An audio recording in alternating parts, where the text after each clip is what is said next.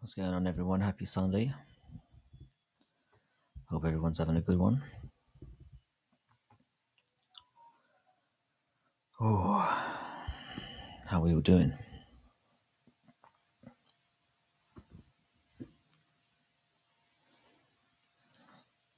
Oh, how you doing, JVD? Thanks a lot for coming on last night, man. It was good to have you on. Yeah, I managed to sort everything out a bit early today. How are we doing? I'm all right, man. I'm all right. I had a pretty good Sunday. Newcastle won, so that always makes me smile. Had a good Sunday with my kid. I managed to just about wake up in time. Speaking of Newcastle winning, how we doing, Armsby? Another shit performance, another W on the board. Let's fucking go. No, I'm good, Macho. How you doing, man? Good to have you here as well, bro. By the way, thanks as well for all the. It was nice waking up to all the comments and stuff. I appreciate that. How you doing, Lane? How you doing, man? Yeah, every. Oh yeah, hang on a second. Let me put the overlay in. Thanks for reminding me. Yeah, last night was fun, man. It was a really good card. The ending was a bit of a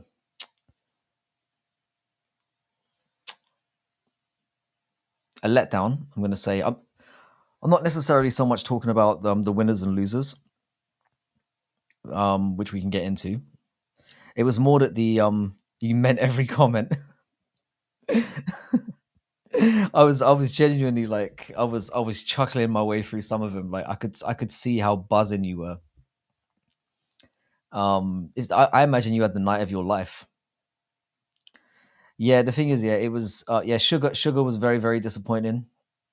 He shit the bed hard. It wasn't that surprising though. I think like I was kind of happy with who won and lost generally. It was just that the last two fights were tough to get through. Really tough to get through. I would have been happy with obviously I'm like I'll start with Merab first of all. I was quite happy that he won because he's made no money in his career. He was obviously cucking for his little buddy for a while. So to see him actually win and get to the top of the sport, and he's going to start obviously making a bit more money now, which I think is great. I'm happy for Merab. I wasn't happy with the fight. I thought it was really boring. The last two fights were. First of all, this was the issue that I had with Grasso and Shevchenko being on the card to begin with. It really, really sucked the life out of the card for everyone. All of us watching. How you doing, Vitriol? What's going on? What's going on, my man? I think that was the issue for everyone because it's like I don't really care about I enjoy Sean O'Malley as a fighter. As a personality, not so much. I think he gets a lot of preferential treatment. And him losing, he's made a lot of money in the sport as well. Him losing, I don't really mind. And I like that Merab, like I said, gets that chance, but I didn't. I thought it was hilarious. You know me, I'm a bit sus. I was all right with all that. Yeah, I think calling it a palate cleanser is very, very kind, Matua. It was a horrible fight. It was a horrible fight. So boring. There was a lot of fraud checking going on last night, for sure.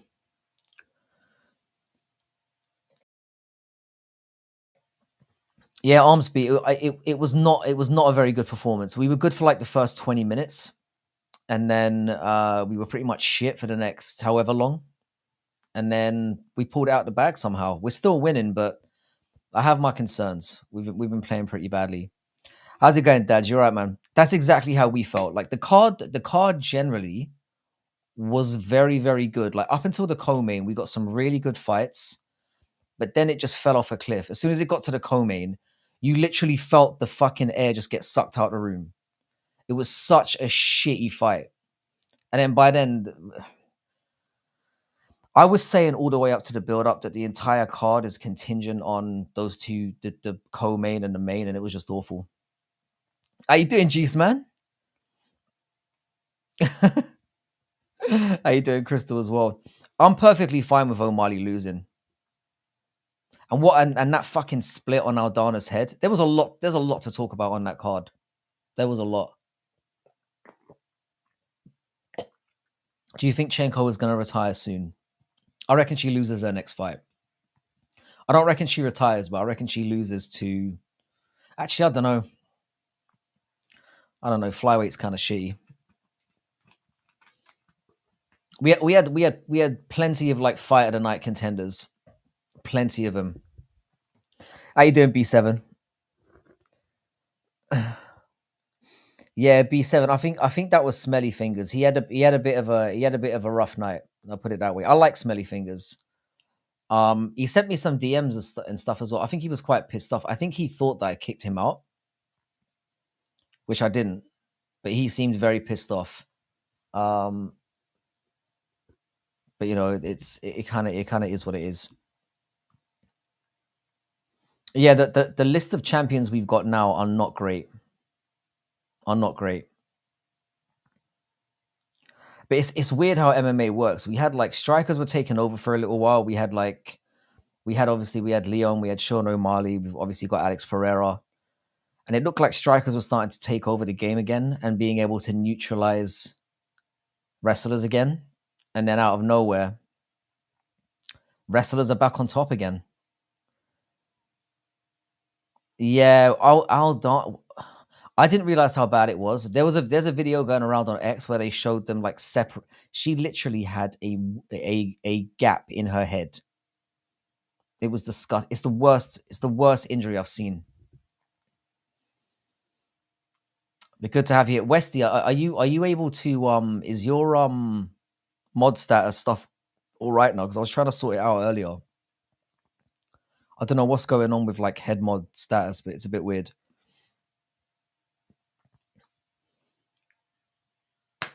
Yeah, you're right. I mean, we've still got Ilio, we still got Islam. I mean, I'm less hyped about Islam. DDP and Alex. Tom will be the full champ sooner or later. So we've still got exciting champions up at the top. So you are right about that. Yeah, the Aldana cut was legit disgusting. I didn't realize how bad it was until after. She literally had an axe wound in the middle of her head. Hooker is the last greatest wrestler hope. Yeah.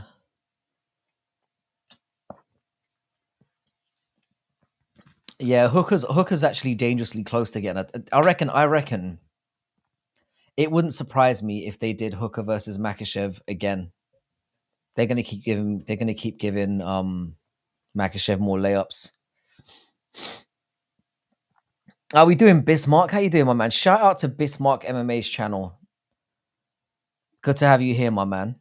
I hope you enjoyed last night's card as well. By the way, what did you guys think of those fucking videos? I'm not gonna lie, yeah, maybe I'm retarded. I thought they were fucking stupid. I didn't understand what the fuck was going on with any of them. And the last one was just weird. I thought the videos were extremely dumb.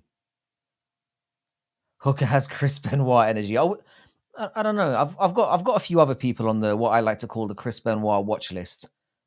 I wouldn't have Hooker as one of them. My Chris Benoit watch list would be Tony Ferguson, Michael Chandler, and John Jones. I think they need to be on a permanent watch. Love the videos except the last one. Which one were you referring to? Yeah, oh yeah, those videos. I thought you were talking about my videos. I was about to go at you there, bro. The videos were fucking retarded. Nice one, Westy. Yeah, if you're new in here and you have not subscribed to Bismarck MMA, give the guy a shot. He's new, up and coming. Throw the guy a sub. He's a good lad. And of course, JVD Media as well. Shout out to JVD Media. It was really fun having you on. Yeah, the Mexicans did not have a good night. I think they were 1-4 by the time we got to the midway point, and then they kind of dug it out. Yeah, I reckon Chandler's gonna have some kind of meltdown. He's been waiting 2.5 years for the McGregor fight, which now he's not going to get. So he's not going to get as much money as he was expecting. His wife clearly doesn't want to fuck him. So I reckon one day he's going to have a massive meltdown. How you doing, Larry? What's good, my man? I'll be honest. Like, I was perfectly happy seeing O'Malley get slapped. It was quite satisfying for me. It's just the way that it happened was kind of dull, and I blame the co-main more than that fight. Yeah, and one of them was Chiwiwi's in probably one of the worst fights of the night as well. The ring girl costumes were pretty cool. I could have done with some more skin, but I like that they embraced the theme a little bit. As a Mexican, it's a very good. I'm glad that we've got a Mexican's perspective from this. I thought the Mexicans made. Sorry, I thought the Mexicans. I thought the videos. I didn't understand what was going on. I might put them. I might be putting it down to like slight retardation. I thought they were. And by the way, Larry, speaking about parlays, I lost my shirt last night. I think I lost like $250, something like that. It was. It was bad. How you doing, Oscar? Oscar, if you look in the corner over there, I left this out just for you, Oscar. I don't know if you can see that on my desk. Got a nice little teapot. I was gonna remove it, and then I thought, oh, Oscar might come on tonight. I think I'll leave it on.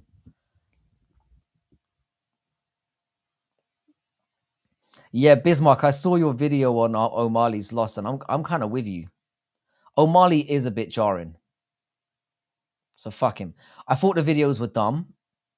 I don't know what is wrong with Dana White these days, where he watched those and then hyped them the way that he did.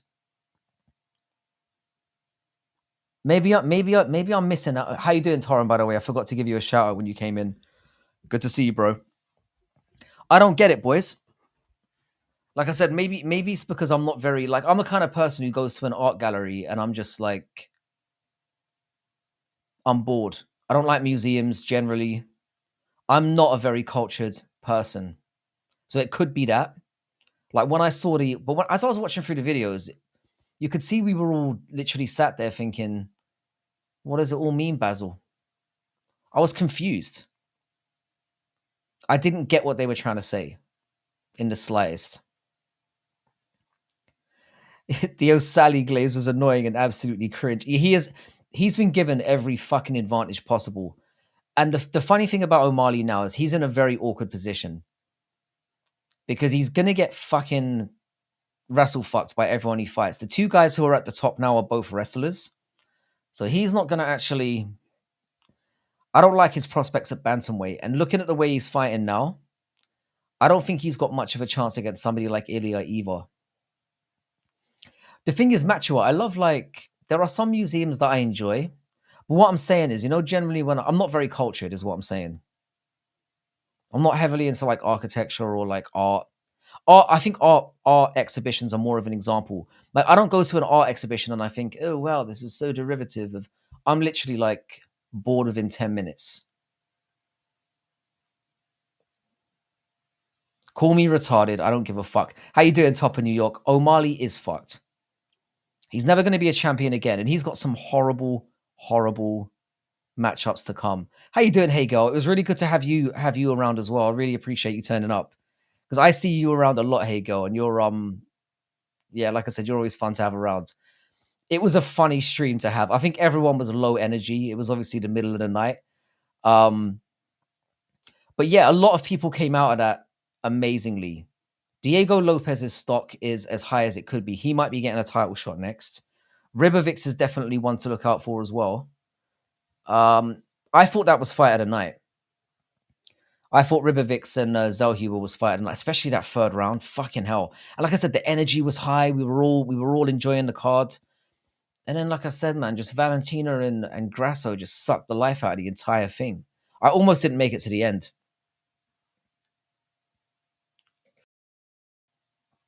No, I have to say, I don't disagree with you entirely, Torren.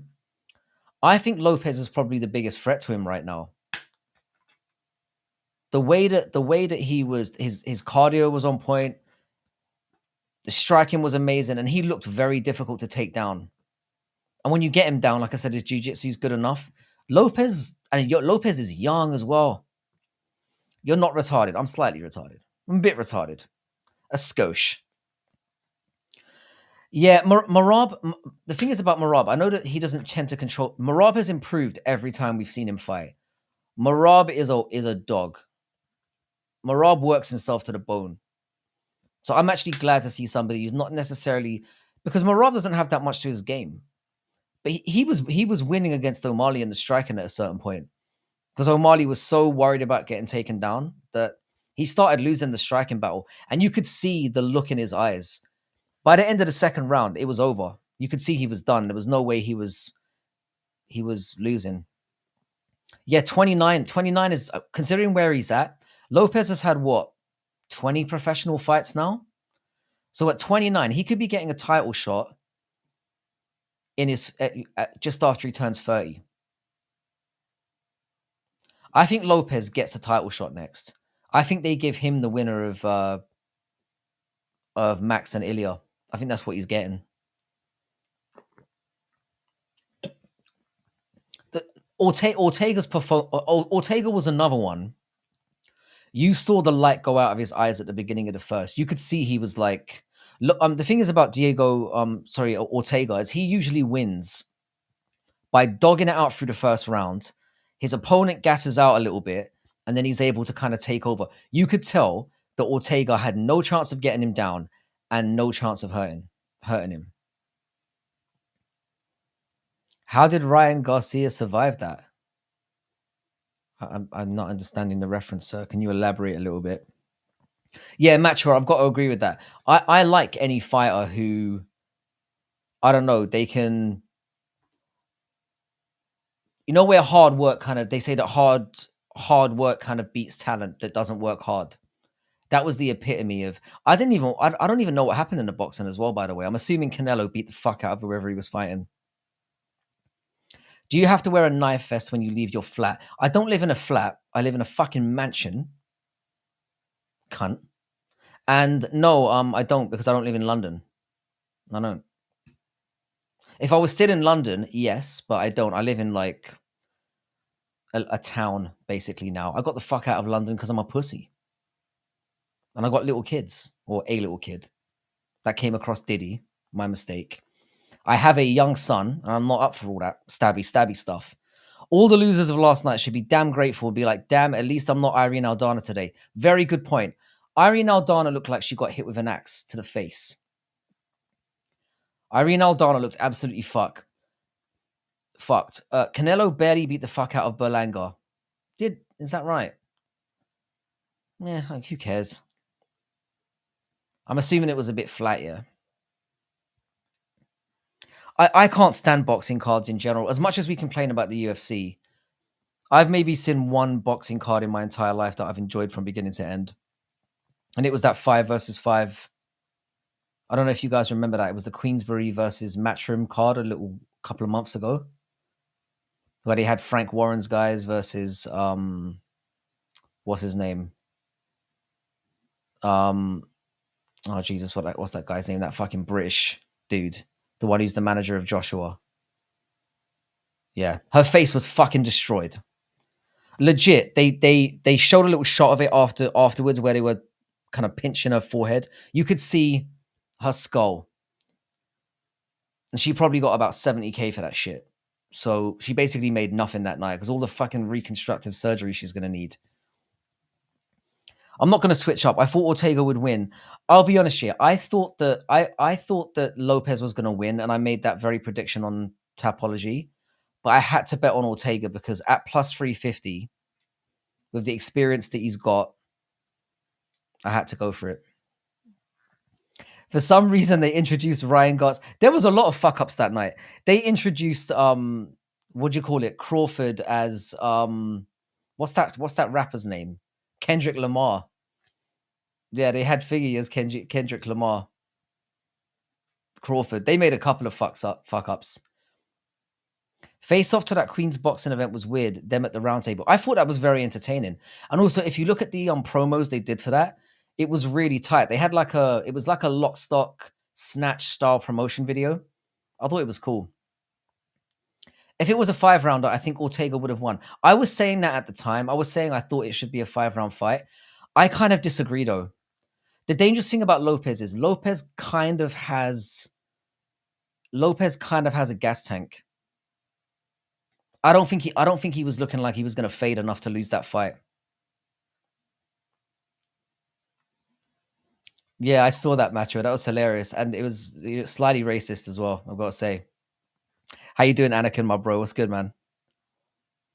Yeah, Ignace. I've got to be honest.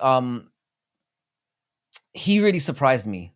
I thought he was gonna lose to what's his face? Brain's not working. Yeah, Lane. I kind of agree with you. I think Diego might have actually finished him. Lo- um, uh, he kind of Lopez kind of had that look that he was going to be able to stick it through to the end. And Ortega, like I said, he looked like he had no more ideas left after the first round. He was looking for a takedown that was never going to come, and even if he got it, I wasn't confident he could finish him on the ground because Diego he's actually got decent. Diego Lopez is a problem, and I love it. I love his mullet. I love he's fought 3 times already this year. Diego Lopez deserves a title shot. How you doing, Cold Art? Have you got any food-related questions to ask me today? I'm ready for it. Hey guys, just a reminder, fuck O'Sali. He lost. Yay, the universe got correction. I'm happy for you, Juice Man. How you doing, Cold Art? Good to see you, my bro. I kind of fell off a cliff today, and I ate some pretty shitty food today. So I'm gonna start a week's water diet starting from tomorrow. So I'm gonna do the full 7 days. So you're gonna see me gradually crumble as the week goes on. I'm not gonna have a single bite of food until the next UFC card. So we'll see how that goes. I haven't done it for about 6 months, so we'll see if I can get through it.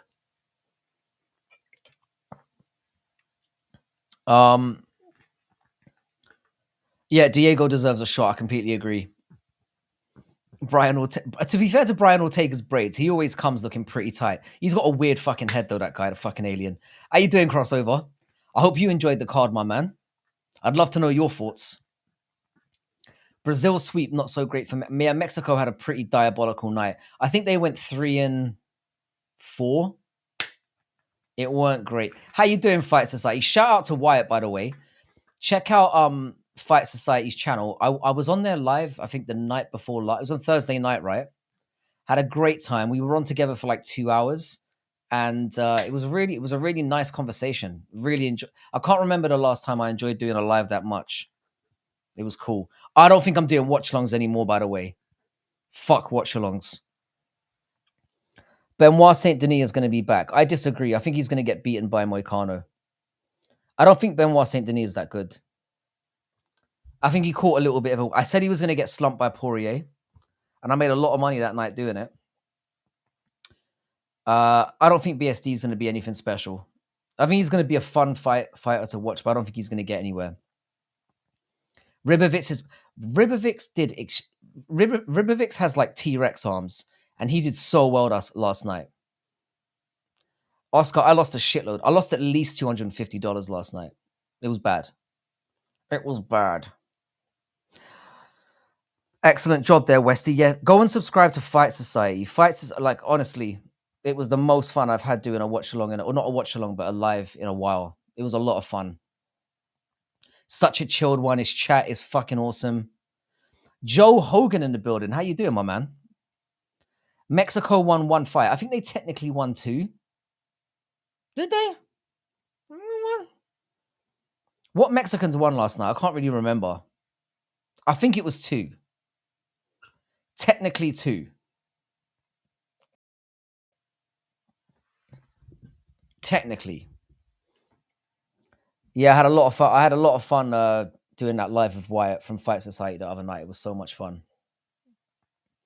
Yeah, Poirier made me a shitload of money. At plus 200, I was literally when I saw those odds, I got the biggest hard on ever. I think I put like $200 on that and made like 6. I was delighted. 1 Mexican won. Yeah, because Diego Lopez is technically Brazilian. Well, he is Brazilian. I know he lived in Mexico for a long time. That is bad. That is real bad. Yeah, Mexico got. I think it was kind of. They must have been watching the videos and thinking, Wow, the UFC does not respect our country whatsoever. What are they trying to say here? It was weird. So the energy just got the life just got sucked out of him. It was horrible. Rodriguez and Rosas. That's right. It was 2. I knew it was 2. You fucking dummy. All I'm going to say. It was a rough night for Mexico. Most of their fighters got baffled, and then by the end of the night, they were like, "What are the UFC trying to say about our country?" I'm really confused by those videos. When Charles Johnson called out Lazy Boy, that's when I knew he's cooked. Yeah, it's a fair point.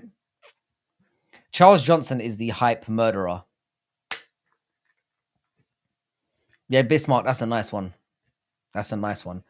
Yeah, like I said, all around, it was a really, really good card. It's just Ronaldo shouldn't have won, and Rosas is American, so he might as well have not won any. I mean, Joe Hogan makes a good point.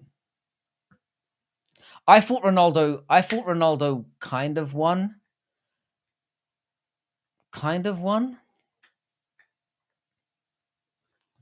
I thought the third round was very, very close, and I thought he 10-8'd the second. So technically, but if they'd given it to what's his face, I wouldn't have been that annoyed either. Lopes is more Mexican than Ortega, coming from a Mexican. Yeah, he is. I thought Lopes was Mexican for the longest time. I know he fights in Mexico and he lives in Mexico. These videos just basically meant that Sally drinks stuff. I'll be real, I didn't understand them. I'm going with Yoel Romero. Yoel Romero Lover. Great name. I'm going with Yoel Romero Lover. I thought that Ronaldo won as well. I thought he beat his ass in the second, and I thought he kind of wobbled him in the third. So I think it's all right. For me, it was either a draw or a Ronaldo win.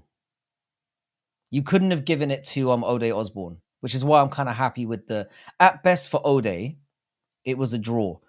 Because he got fucking destroyed in that second round. How you doing, bot? What's good, my man? Got anything to say about my cheap fucking jumper today? You cunt. You Belgian prick. You Belgian soy boy. How you doing, bot? Good to see you here, man. Some people think Diego moving to Mexico at the age of 19. Well, if Izzy can say he's Chinese when he was there for 3 months, then Diego has the right to say that he's Mexican. Kind of. I mean, he's Brazilian. He's fucking Brazilian.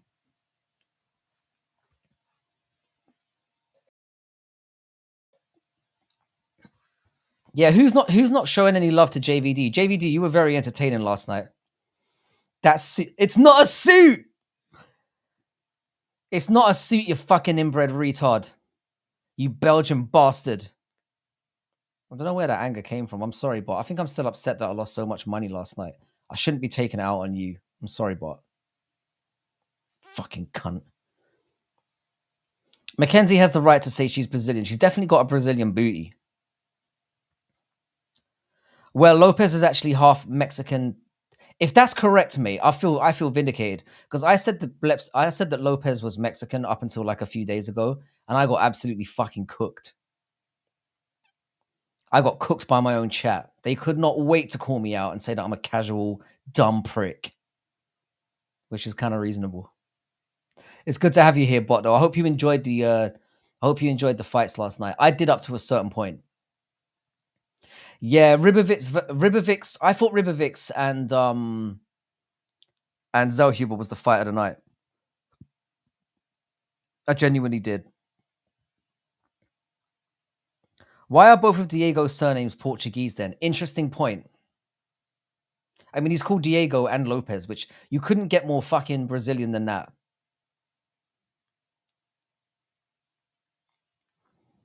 Yeah, Westy did shout out your channel, JVD. You fucking sour little cunt.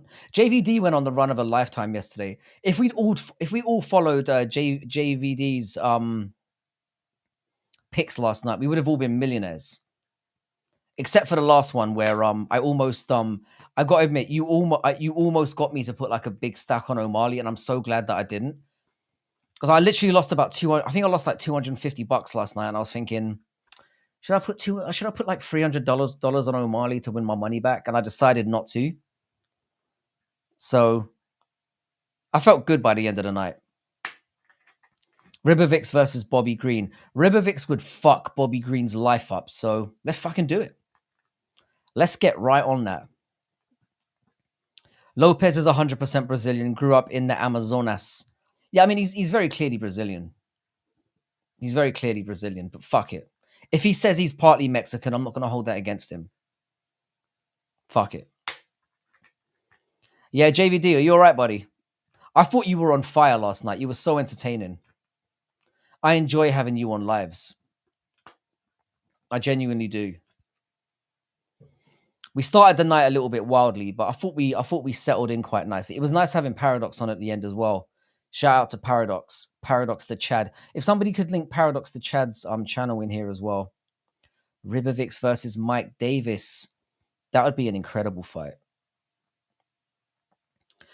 Yeah, Bismarck. On paper, they do. I mean, I think it's 309 that's proper shit. I think. I'm not too happy. No, I think 309 is MSG. Yeah, I think that might actually be all right. Hello, Tosspot. How you doing, Chris Gray? You cunt. How you doing, sir? How did you enjoy the card last night? Oh, Manuel Torres versus Elvis. That's a great fight. They're both coming off losses. They're both scrappy. They both try to go for each other. I'd go for that. Yeah, Docs came on at the end. I like having Docs on. When Docs does lives, yeah, I love having him on because he's so chilled out. He's way more chilled when he comes into other people's lives than when he does his own lives. Because obviously he's carrying the whole situation himself. So when he comes on, he knows exactly how to balance like when to talk and when not to talk. I've got nothing but love for fucking Doxy, man. I hope he's having a good day at work. Paulo Costa isn't part Mexican. You just made that shit up. Yeah. 316. How you doing, sir? How you doing tonight, bro? Good to have you here. Lopes suck. Such a cool dude. Cornering Alex Grasso after his fight. When they, like I said, them focusing on that just shows me that he's next in line for a shot. If his parents have been in Brazil that long, they've inherited Portuguese names, then you're clutching at straws. He's Brazilian. He's Brazilian. I don't know if he was repping Mexico that night, but he's Brazilian. Lopes just fucking killed. He beat the fuck out of Brian Ortega, and then had enough time to get changed and get out into Grasso's corner within 15-20 minutes. What a Chad. Paulo jokingly called himself Mexican when he was beefing with Strickland because Strickland was shitting on Mexicans. Paulo's really funny. I wish he could fight.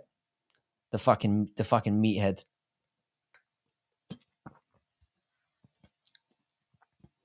I didn't watch, just listen to people's fight companion streams. But yeah, Chris, watch all the way up to the co-main event and then just turn it off. It was basically skip the Chiwiwis fight because it was dog shit as well. The rest of the fights up to that point were amazing. So like we got 7 really good fights and then 3 that were pretty shitty.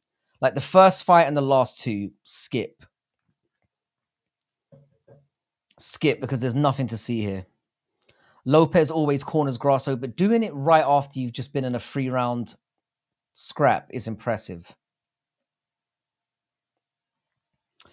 Yeah, Shevchenko versus Fioro does look like it's going to be next, and I think Shevchenko probably beats her. I was very, very, very, very disappointed with Grasso. She was shit. She was awful. So easy to take down. She must have known that was going to be the game plan as well. Like, what was she thinking? Did she just assume that Valentina was going to scrap with her? I don't understand the strategy there. She was dog shit. Dog shit. How you doing, by the way, Crystal? JVD, I'm going to speak on JVD's half. JVD is very much looking forward to getting hooked up with your daughter. So we need to get that. We need to get that rubber stamped as soon as possible. Were you surprised at the Merab win? I was not. I was not. I was kind of saying it leading up to the fight. It was very clear what was going to happen. Either Sean O'Malley was going to bong him out in the first/second round, or he was going to get fucking his nuts hugged for the entire 25 minutes. And we saw how it went. And I give a lot of credit to Merab, because Merab wasn't just spamming takedowns the entire thing. He was throwing, he was engaging. Merab fought the perfect fight. And I think it was generous. I mean, you could give O'Malley 1 round. I wouldn't blame people that gave Merab all 5 as well. It was a domination. And I give him nothing but credit. He's been cucking his entire life. He made very little money. And now he's going to at least make 1 championship check. The funniest part of the night for me was when they put the camera on Merab. And so they put the camera on Umar. And Merab was like, "You're not going to let me enjoy this for 5 fucking seconds, are you, you pricks?" And he kind of like he didn't commit to anything, which I thought was quite funny. He was literally looking at Umar in the corner, in the crowd, and thinking, "I better enjoy this while it lasts." Merab is a Chad. I do think he's going to be one and done. I think Umar gets the belt, and then it's going to be yeah. Merab absolutely dominated him. How did Merab muscle O'Malley? O'Malley's kind of soy. That's the problem. He's not particularly strong, and everything we feared about O'Malley going into the Aljo fight showed up in the Merab fight. Merab would beat Umar. I disagree. I disagree, because Umar's actually a very good striker, and I think I think he'll be better striking than Merab, and I think he'll negate. It will be a wrestling kind of neutralization. That's what I think is going to happen. I think it's going to be a pretty shitty fight that Umar's going to win over 5 rounds. That's what I think is going to happen. I think that stylistically, that's the perfect match for Umar. And I know a lot of people were shitting on Umar's performance against Corey. I thought it was a fantastic performance. I agree with Anakin. I don't think Umar's streets ahead of him in the wrestling. I think he's better, but I think he's significantly better as a striker. So that's where I'm at. I think Umar's going to be the next champion. And I think Sean O'Malley's never going to be champion again. And he's going to get his bumhole fingered every time he fights now. How we doing, Rick Allen? What's good, my man? My Canadian brother.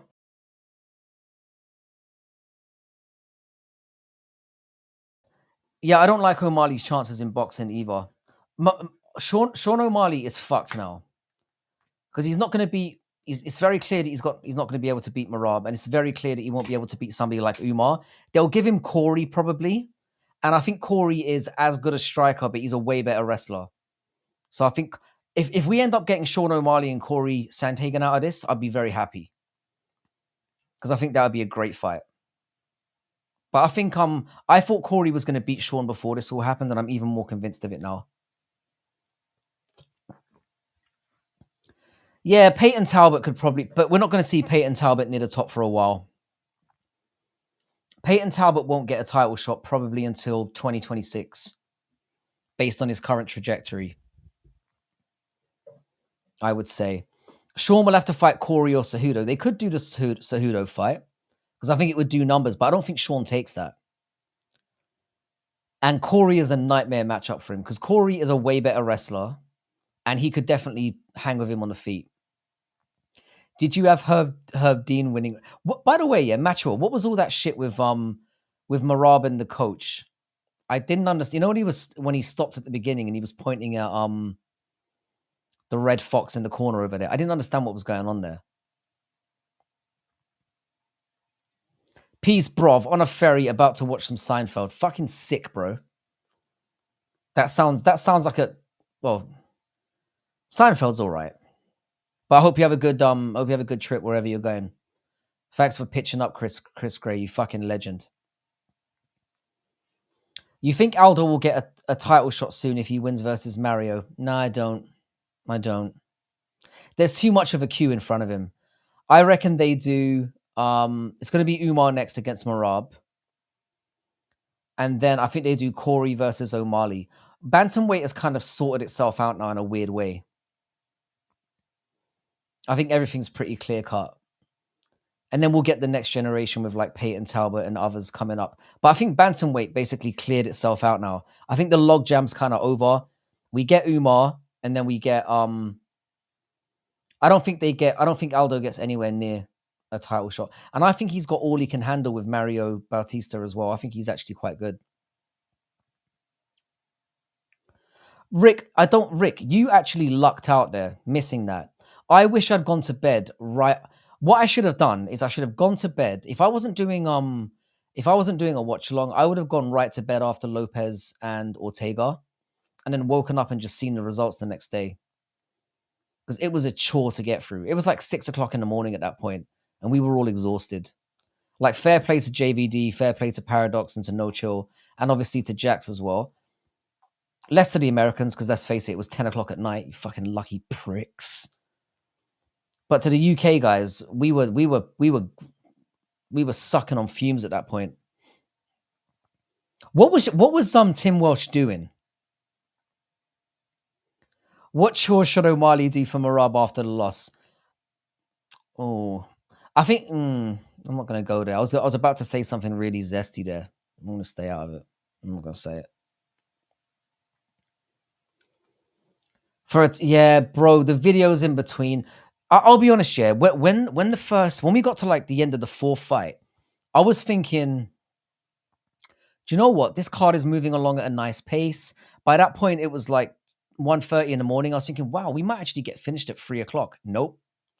Then we had like half an hour between each fight. It was terrible. Bro, do you think women's MMA should be banned? Yes. Yes. Yes, I do. I think we should stop having women's MMA co-main and main event fight cards. It has to stop. How you doing, Cayman? Good to have you back. What did you think of the card, sir? Were you generally happy with how it went down? I'm sick of women's MMA. I've actually got a video coming up talking about how we would improve women's MMA and make it less of a joke. It was a very hard one to record. It was very hard. I was struggling. I think make them hot or tell them to fuck off. There's a lot of things I want to say about women's MMA. That fight is going to go. It was one of the most boring fights I've ever seen. I was happy that Valentina won, even though I lost money. I can't believe I bet on Grasso.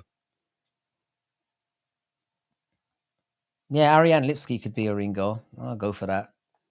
I just think they need to have they just need to change the standards. I think if a woman has, number one, I think if she loses 2 fights in a row, she should be fucking gone. And I think if they don't have a record that's better than 73-27, they need to go as well. So like they need to have a ratio of like 3 wins to 1 loss, or else they can fuck off.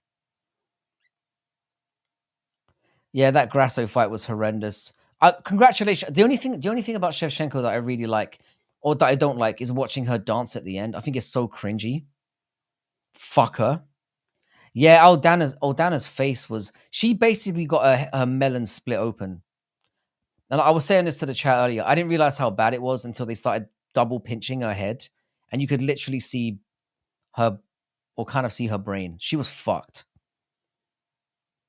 That reconstructive surgery she's going to need is going to be a problem. Yeah, to be fair, it was a fun fight, that one. The women's fights, I'm not even blaming women's MMA. I wasn't too disappointed with the other 2 fights. I'm saying, don't put them at the end of the card. Don't. Yeah, Aldana's awful. Thoughts on Dan Hardy? He's a weasel. He's a knowledgeable weasel with a pretty hot wife. So, yeah, Shevchenko's Spanish. I think Shevchenko can speak like 4 or 5 different languages. But she's butters. So fuck her.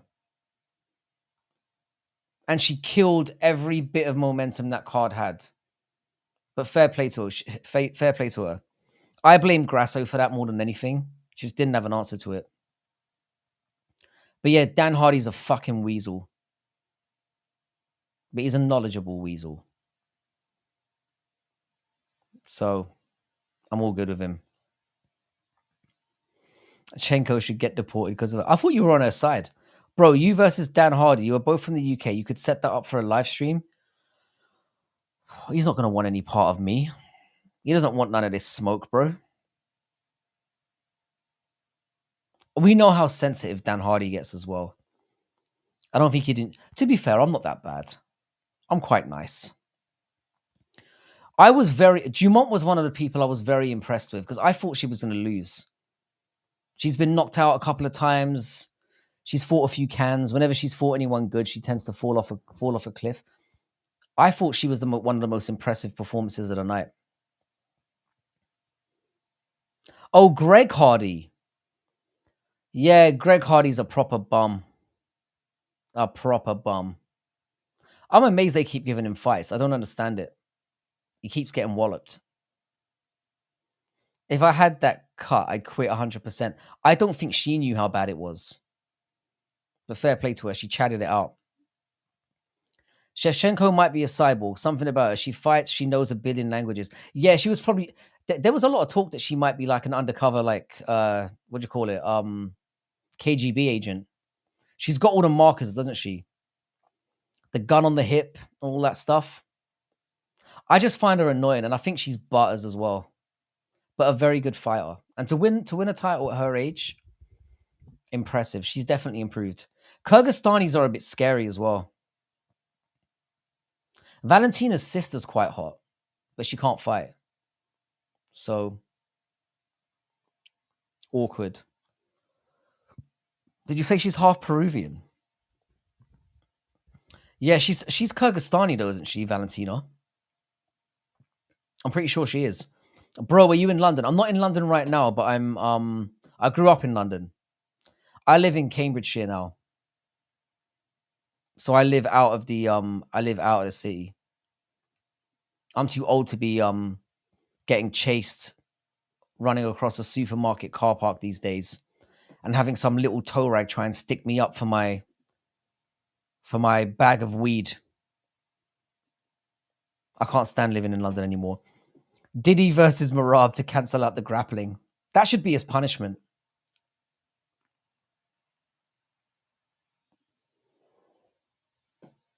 I know 4 languages and a half in Eastern countries. It's normal.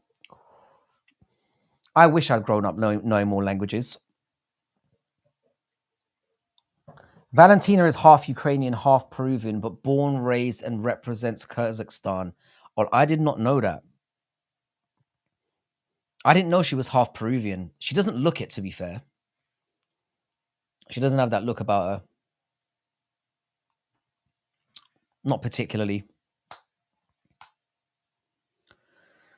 So yeah, I'm kind of feeling a little bit of MMA burnout. I'll be honest with you, boys and girls. I could do with a little break from MMA for a little while. Yeah, I've been to the Cambridge University campus. Like my second daughter is planning on going there in a few years.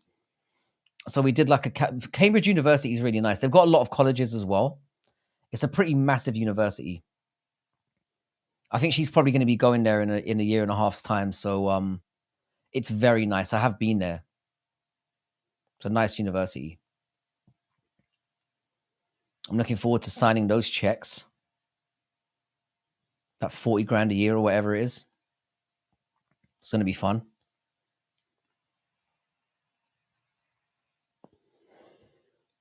I will cold art. I'm seriously considering getting back to smoking weed, but I want my son to get through a bit of school first. Because he's already running rings around me. So it might not be the best career move at this point. But we'll see. Every time someone talks about weed in here, I start getting a little bit of an itch to go back smoking again. But I don't think it would be too clever for me at the moment. I miss a good blunt. I might just go on I'm turning 40 in October. I might take a little week off and go there by myself and just get blitzed out of my fucking skull. Get a couple of the boys together, go to Amsterdam, get fucked up. I've got a 21-year-old daughter as well. Who's in New York. So yeah, it's rough having doors. Frankie loves Fiji water. I'm gonna be living on it for the next week. I'm starting another water diet this week. So you guys have got to tune in for my lives this week because I'm gonna be fucked up. Paradox, we were just talking about you earlier. Shout out to you for jumping on the stream, you fucking legend. You were great last night. It was nice having you come in to calm things down. You are a pleasure to have on live streams because you're very chilled when you come on my live, and it was exactly what we needed at that point. We needed to tone things down a little bit. I think I think we were all struggling at that point. You're already fucking hell. Bloody hell, bro. Shout out to you. I'm a 1984 guy as well. That was a good year, probably. Because we were born. 2 fucking Chads came into the world. I tried the Frankie meal at McDonald's. What's the Frankie meal? Is that the veggie burger or something? Yeah.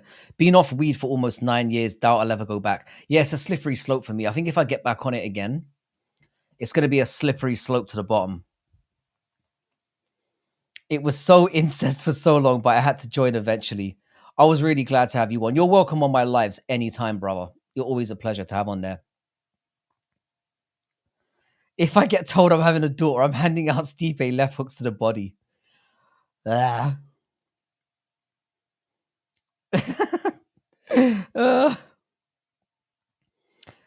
Yeah, but the thing is with Smelly Fingers, yeah, he hasn't done a live before.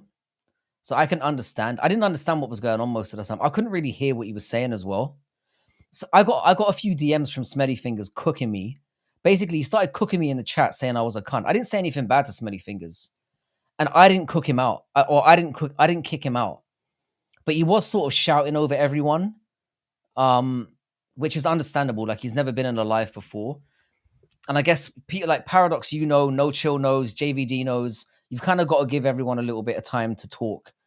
And he was just kind of shouting over everyone at that point, and I didn't really understand what he was talking about. But I got a lot of love for Smelly Fingers. He basically unsubscribed from me and told me to go fuck myself after that. And then I got a few messages from him in the morning. He sounded very upset. But I hope he's all right. So you had a child when you were only like 17, I guess. I was 19. I just turned 19. So I fired off those my fucking swimmers were a bit too effective. You know what I'm saying? It is what it is. Smelly Fingers is the exact, but I guess in chat, yeah, it's a bit more easy to navigate. I like Smelly Fingers. I think he's a cool dude. I've got no issue with him. But it was a bit too high energy at the beginning of the night. Like we had 4 people in there. And then if you've got one person who's dominating the entire thing, like talking over people, you've got to kind of tone it down. But he thinks that I kicked him out of the room. And I was not in control of the lobby that night. I'm not saying I even disagreed with it, but it wasn't me. He seems to think that I fucked him over. Merab 316 says, I just 50-45 your ass. I'm happy for Merab. I genuinely am. I'm happy for him. He's going to make a little bit of money now. He deserves it. But yeah, Rick. And like I said, my youngest now, he's got a lot of energy. So, and he's just started school. So I'm reliving it all over again. Yeah, Smelly would be really good for a two-man stream. Frankie, do you like sirloin steak? I'm a bit more of a ribeye man. And like I said, now, yeah, when I have steak, I can't really enjoy it because I made the mistake of going to an Argentinian steakhouse, and I can't enjoy steak anymore because Argentinian steak is just so good. Smelly never really told us the story of how he got the nickname Smelly. We never found out the full story behind that. I imagine it's sinister. But no, I like Smelly Fingers. He'd be great to have, as Paradox said. If we had Smelly on and he was doing if it was just him and somebody else, he'd be great. But I think with 4 people on, it was just it was difficult to get a word in, I guess. You've got to kind of know how to live stream in those situations. Like when you've got 4 people on, you've got to give people time to have their say, and you know. So I think that was a bit of a conflict. But like I said, I like the guy, and I hope because he sounded very upset by the end of the stream. So, and I don't like seeing anyone upset. I haven't, Rick. I haven't. France is one of the only European countries I haven't been to, and I don't really care that much. I assumed it was because of fingering as well. I thought it was a fingering reference as well, but Merab could be more appealing if he cuts off the goofy shit on social and promotes a blue collar, hard work, dedication rhetoric. I kind of agree with you as well, and I think really he is that guy. But Merab's in one of those weird situations where he's very late into his UFC career. He's 36 years old. He's trying to embrace the social media aspect of it, and I kind of understand it. He needed to do something. I think if he hadn't done all that stupid shit, he probably wouldn't have got the Sean O'Malley fight. I think.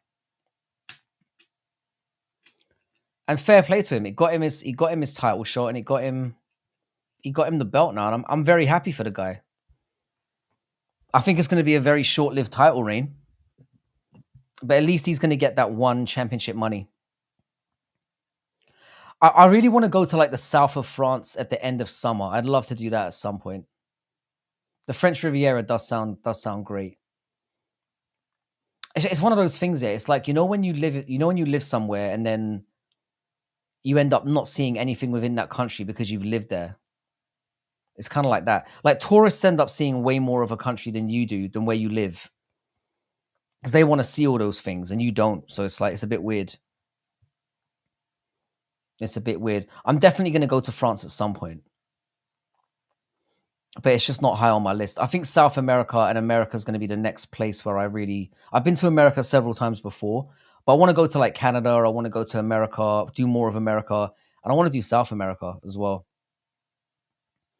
Grilled corn with steaks. I had some corn on the cob earlier, which was fantastic. I do love me some corn on the cob. Thanks for making me hungry again. I've got a week off food now. It's going to be very hard having you come in here and talk about steak while I'm in the middle of a water diet. So literally from midnight tonight, I've started it. I actually have to remind myself. I need to put a timer on my phone. Have a great one, Paradox. I'll catch up with you tomorrow. By the way, Paradox, if you could shoot over that video clip, I'm going to start editing it very soon. I figure like Tuesday, Wednesday. Shout out to you, Paradox. Yeah, I'll catch up with you tomorrow. Send me a DM when you finish work and we'll catch up properly. And thanks so much for turning up yesterday. Shout out to Paradox the Chad. Give him a sub. Fucking legend. Did you pick Lopes? I picked Lopes, but I bet on Ortega because of the odds. At plus 350, I figure it was worth a punt. I figured wrong. I lost so much money last night. But the thing is, it's one of those ones where I go through winning streaks where I win like a lot of money, and then eventually I just hand it back to them. You're working until Wednesday. Good man, though. Keep on the grind, man. Keep on the fucking grind. Do what you got to do. But yeah, I probably won't start the edit until Wednesday anyway. So if you could get it to me by then, because your contributions are always hilarious. Peace out, though, bro. Have a great shift. Bro, 307 and 308 are pretty trash, but 309 is shaping up well. What's the 307 card again? Is that Utah? I don't expect that one's going to be that good. It's pretty dross towards the end of the year, but hopefully we'll get some good fights. I'm kind of going through some UFC apathy at the moment. I really am. I'm kind of sick of it. Like last night's card was pretty great, and then after the Valentina card, I was like, the Valentina fight, I was fucking annoyed. It was just boring. And all that waiting and all those stupid videos, and I was just, I wasn't feeling it at all. I'm kind of with people to think, I think we should have a maximum of two cards a month. Oh yeah, Pereira versus Roundtree Jr. That's a waste of everyone's time. We know why they're doing that though, Rick. They're going to keep Pereira nice and warm. They're going to give him a layup against Roundtree. They'll obviously have it on, reasonably close to the Jones fight. Then Jones will retire, and they'll do, it will be Alex Pereira versus Tom Aspinall for the undisputed heavyweight title. The UFC knows that Jones is retiring. Everyone knows that Jones is retiring, so that's what's going to happen. But if Alex Pereira loses, it gives nothing to Tom Aspinall. Tom Aspinall's career is basically fucked before it starts. They need to line up a big fight for him, and that's what they're doing. 20 watching, 19 likes. Not bad. Not bad. I think we've peaked I think we had 27 viewers in here at one point, which wasn't too bad. If you guys could like the stream, and I know that everyone in here is already subscribed as well, or I'm pretty sure you are. Put money on Khalil. I'm not doing that. Khalil Roundtree is fucking dog shit. Like the stream or else. Westy's gonna be. By the way, Westy, did you kick Smelly Fingers out yesterday? I'm just wondering because he was wilding out at the end there. Valentina fight was like watching paint dry. Watching paint dry was preferable. It was at least when you're watching paint dry, you know what you're getting. Whereas when you watch a fight, there's the belief that something might happen. I picked Merab. It was kind of sad seeing O'Malley look physically weak in those grappling exchanges. There is technique, but I saw a very clear. Yeah, he was completely outmatched. But this is what we feared about O'Malley the entire time, and he managed to trick us into thinking that he could negate the takedowns enough, but he just couldn't. He got smothered. No, sir. No, I'm not criticizing. I was just wondering. You're well within your rights to kick out people that you think are acting out of pocket. I was just wondering because he was kind of in a bad mood towards the end of the night. Like the stream will get the Aldana treatment. Beautifully said. Or you're gay. Or you're a virgin. Like and share. Yeah, I think you're right, Cayman. I don't think it was a technique problem. I think O'Malley is just weak. He's physically weak. He needs to bulk up a little bit if he possibly can and go to featherweight. Because there's no room for him in bantamweight anymore. With his frame, he's not going to be able to bulk up and still make weight. Cayman, I completely agree with you. And this is why wrestlers are back to dominating again. Because there was a time when, like 2 hands, isolate the takedowns. Wrestlers have evolved again to get past that shit. And they're just spamming. And it's working. Grasso did better than O'Malley. Not really. O'Malley at least landed a few shots. And with O'Malley, the thing is with the O'Malley fight is there was a threat there that you might actually catch him. Whereas with Grasso, it was very clear by the end of the second round that she was cooked. She was too easy to take down, and Shevchenko knew it. How you doing, Manuel Fernandez?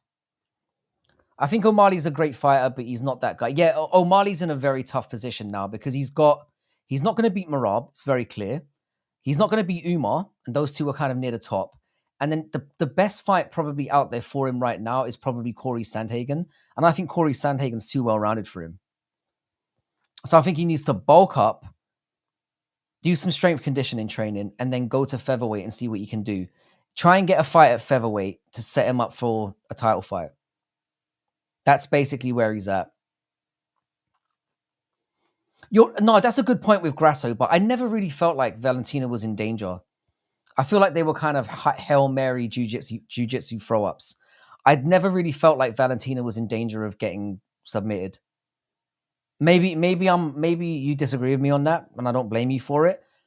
I didn't really feel like Grasso at any moment looked like she could win that fight. Whereas with O'Malley, when it went back to the feet, you're thinking he could catch him. Merab dives in, catches. The threat was at least there. Whereas with Grasso, it was I know the body language was pretty bad, but yeah, I do think he's a force superstar. Sean O'Malley is a plant. He's been given every possible advantage possible. He was clearly groomed by the UFC to be in the position that he's in. The way that they set Aljo up as well to take that fight early was pretty disgusting as well.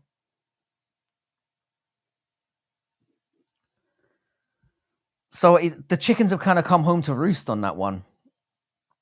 O'Malley had some solid jits, but yeah, the physicality is often overlooked. That's the thing. Merab is relentless, and he's strong, and he's inbred. So, and I don't even mean that as an insult. Yeah, a little bit. O'Malley, the thing is, I think that the UFC places way too much emphasis on those social media guys, and I kind of understand it because the social media aspect is one side of the UFC stardom that's kind of underrated a bit, or it's under taken advantage of. So he brings in an entirely new demographic that the UFC is trying to garner. So I understand it. No one I know gives a fuck about him. I mean, yeah, I mean, most people that I know in real life are like in their they're in their 30s. They don't give a fuck about a rainbow haired cuck. Rick, I think you're 100% right about that. I don't think this was Chandler's decision. I think his wife was just sick of him moping around the house, saying weird shit under his breath, walking around with no shirt on. And yeah, I don't think Chandler's made that much money. So he's gonna get his 100K from getting beaten by Charles Oliveira, and it will be his last fight probably, and he'll be finished. O'Malley has zero jits. Well, jits. I was gonna say the same, Frankie. Sean should take another 2 years off, like Jones after bulk up. I wouldn't hate that. Maybe a year, because obviously he doesn't want to give away the prime of his career. But Sean O'Malley's made a lot of money as well. Sean O'Malley's been consistently making 400K before he was a champion. So O'Malley's a millionaire now, and he's got he's got businesses and stuff going. He's got his ranch. He's got all that stuff. O'Malley's basically set for life. So it wouldn't hurt him to take a year off, bulk up, really work on the game, and come back stronger. I don't think O'Malley's done in terms of having good fights, but I don't think he's going to be a champion again. I think that day is over. Mike, do you have the time? Goes on a motivational rant. I love it. But yeah, Rick, I think you're 100% right about that. The whole Chandler thing with his wife is so strange. It's so strange. It's like he stalked her for like 2 years, and he used that as like his romantic story. Oh, I emailed her nonstop for 2 years. She wouldn't go out of me. And then when she finally went out of me, she wanted to have like a load of black kids to adopt and won't let me blow my beans into her. The whole Chandler thing's weird. Stream is only 29. I was wondering what you were saying there. Shout out to you, Manuel Fernandez. I really appreciate having you here, bro. It's nice to have different people in here as well.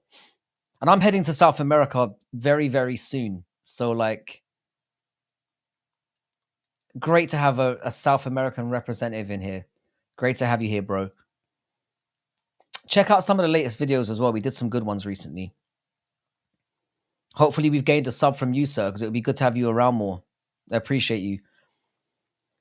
Yeah, no, don't worry, Westy. I got you. Yeah, Sean's only 29. He's got time. If he took a year out, I think that would be fine. Build yourself up. Wait to see. I think what Sean O'Malley should do is he should sit on the sidelines a little bit, work on his game, bulk up a little bit, because there are going to be opportunities that present itself. Secretly train in the background, and then when fights fall out or whatever, throw yourself in there. That's what I would do if I was Sean O'Malley. I liked the ring girls yesterday. I thought it was very classy. I thought they looked good, and it was I thought the event was generally quite cool. I thought the videos were fucking tarded as fuck, and I didn't understand any of them. I think it was more because the waiting was so annoying. But it was visually impressive, and I liked it. Bro, don't go to Venezuela when you go there, because Maduro's going full on dictator. I was thinking Argentina's definitely up there for me. I basically want to go to somewhere where I won't get kidnapped. Because I was saying this on a stream previously. If I get kidnapped in like South America, my family won't pay the ransom. And they'll just cash in on the life support, on the life insurance. That's the first thing they do. They're not paying any money to get my fucking ass back. No way. So fuck that. If I had any moment of belief that my family would pay the ransom, then I'd do the whole South American tour. Go to El Salvador. I'm thinking like I'd like to go to like Peru. I'd like to go to Argentina. I'd like to go to Brazil, possibly during carnival time. Where else would I like to visit in South America? South America is apparently amazing. Colombia's more where I was thinking of the whole getting kidnapped vibe. I've heard it's a bit nappy over there. You know, you got to watch your P's and Q's. You go to the wrong part of town and you're in the boot of a car getting held for ransom. And like I said, my family will not hand over the Uruguay. I'd love to go to Uruguay as well. Chile. I'd love to go to Peru. All those places. Manuel, where are you exactly? Uruguay's apparently great as well. Medellin. I'd love to. I'd love to go to Colombia. I'm obviously joking about the kidnapping stuff. Colombia sounds like it would be amazing. South America is the only continent at this point in my life that I haven't been to yet. So South America is very high on the list, and I love South American people. Fight Rigo in El Salvador. You know Rigo doesn't want none of me, Westy. You know he doesn't want none. Speaking of Rigo, he's about to get it's going to be a very rough few months for him coming up. I'll put it that way. Chris, I was in Spain recently and it was wonderful. Frankie, when you come into Thailand, definitely before the end of the year. Koda, are you in Thailand now? No, Machua, that is incorrect. The original big booty Latinas are in Spain. That is fucking sacrilege. That is sacrilege. But I imagine South American booty is another level. Spanish women are probably the most that Spain has the most beautiful women in Europe. I would argue. Goodbye, Frankie. You've been a good man.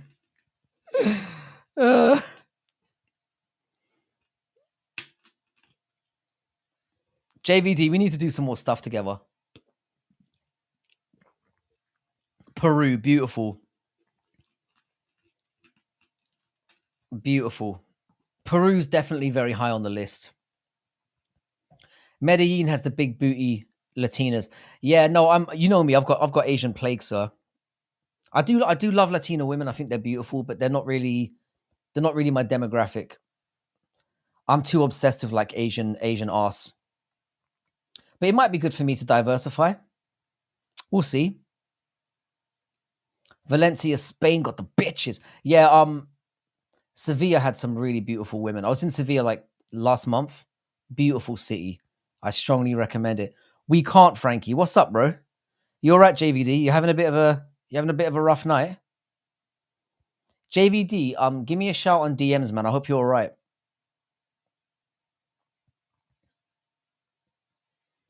JVD, give me a shout on DMs. We'll have a little chat tonight before I head off. I hope you're all right, brother. You were fantastic last night. I don't think I could have got through the stream if JVD wasn't there.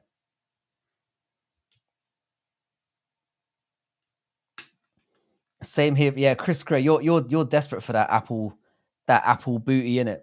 You're gonna love it over here. I need to hook you up with some Irish girls though. That's what I need to do. The British women are fucking terrible.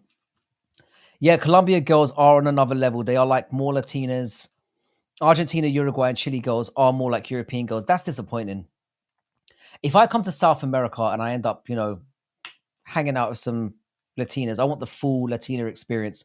I don't want Latinas who behave like English girls. English girls have a horrible attitude. I want the true experience, and maybe they'd enjoy my pasty ass. Like we'll see. We'll see. I'm definitely aging, man. I need to start getting back to the wild days. Yeah, Chris, I've got your back, bro. I've got your back. Oh, Puerto Rican women are nice as well. They're nice as well. It's a very blessed part of the world. Like Spanish women are probably the only access we can get to like real Latinas here. Hang on a second. I'm going to give a quick. Oh, Rick, I do, mate. I do, because I'm going to be like 90 soon, and I'll have no shot one way or another. Give me a second. I'm going to just shoot a quick message to JVD. Make sure he's all right. Hang on. Where's JVD?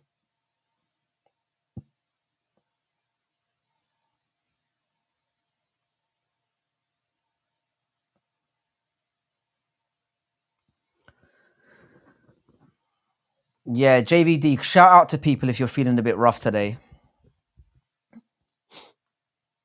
I love Puerto Rican women. That's what, bro. Yeah, I know. I've got. It's more just like the thing is, yeah. I'm not like, yeah, Rick. I'm not on like. It's more for just company. Having good experiences. I'm not really on, the smashing anymore. Okay, don't say I didn't warn you. No, that's literally for it. I just like going out and having a good time with people. I'm not on a. I'm pretty safe from that now. I'm out of the game. I've already pumped out my kids. I'm of a certain age. I just want good experiences with people that are fun to be around. I can't wait to swim in that proper number 12. You should be a poet, sir. You should write children's books. You should write and illustrate children's books. Is what you should be doing, Chris Gray, with that poet's tongue you've got. South American girls look the same to me. I would probably struggle to. It's like I used to feel the same way about Asian girls, and then when I actually went there, I can tell Thai from Filipino, Japanese, China. I can tell the difference between all of them. Before I didn't know the difference, but once you're there, it's like pretty clear. Pretty clear. Do you pay for the bill or do you split? I don't date women, bro. I don't date them. Eastern Europeans probably the best. I'll be honest with you, Manuel. I'm not. I don't really like white women. I'm not really attracted to white women. But in terms of like, I would say Swedish women are probably the most beautiful white women. The problem with Koreans 316 is they do a lot of surgery over there. They've got like four major plastic surgeons over there, or four major plastic surgeon units, and they all so you basically get four different types of looking women in Korea. They're very heavy on the. Chris, I'm not even joking. No, I'm not sure. I hate dating. I don't mind like hanging out with women, but like I don't like the whole like dating thing. I haven't been on it for years. I was saying this. I've said this in streams for a few years now. Basically, when I used to meet women, yeah, Norway's got some hot women. Basically, what I would do over like the last sort of 20 years, I'd meet somebody. Yeah, say I met a woman at a bar, or I met them at yeah, I don't know, when I was out at a mall or something, and I got their number. Basically, what I would do is I'd message to arrange to meet up with them, and they'd come with the whole, "Oh, we should go on a date" thing, and I'd be like, "No, you can come over to the house. We'll have a drink. We'll, hang out, talk. If you're on it, great. If you're not on it, no." And we were talking about this in streams previously. If a woman is truly into you, she won't make you fucking go through the whole date bullshit. If a woman's making you go through a whole date process, it means she's not sure about you and she wants a few free dinners. And I ain't playing that game. You either on it or fuck off. Norway has pure, sweet, white angels. Maxwell, you sound like you're about to pop a nut there, sir. Are you all right? You sound like you're about to shoot a massive fucking. You sounded like you were nutting there, bro. But Norway does have some really nice females. I'd say Sweden, that sort of region, Sweden, Norway. You get a lot of like, because I've talked to a lot of friends who lived in Sweden, and they're like, "No, there's literally tens everywhere. There's tens all over." Italian girls are quite nice. I've heard Armenian girls are amazing as well. I'll feed a bitch. Fair play to you, Matua. So you have to go to Colombia because Argentina, Uruguay, they're all white girls mostly. I'm going to take that advice, man. I'm not really going for the females. It's more of like a side venture. I wouldn't mind hanging out with some nice Latina women, but like I said, man, I've been out of the game for a while. I'm 40 years old. I've got 3 kids already. I'm not really on it. I've kind of been burnt by too many females as well. I'm not really down.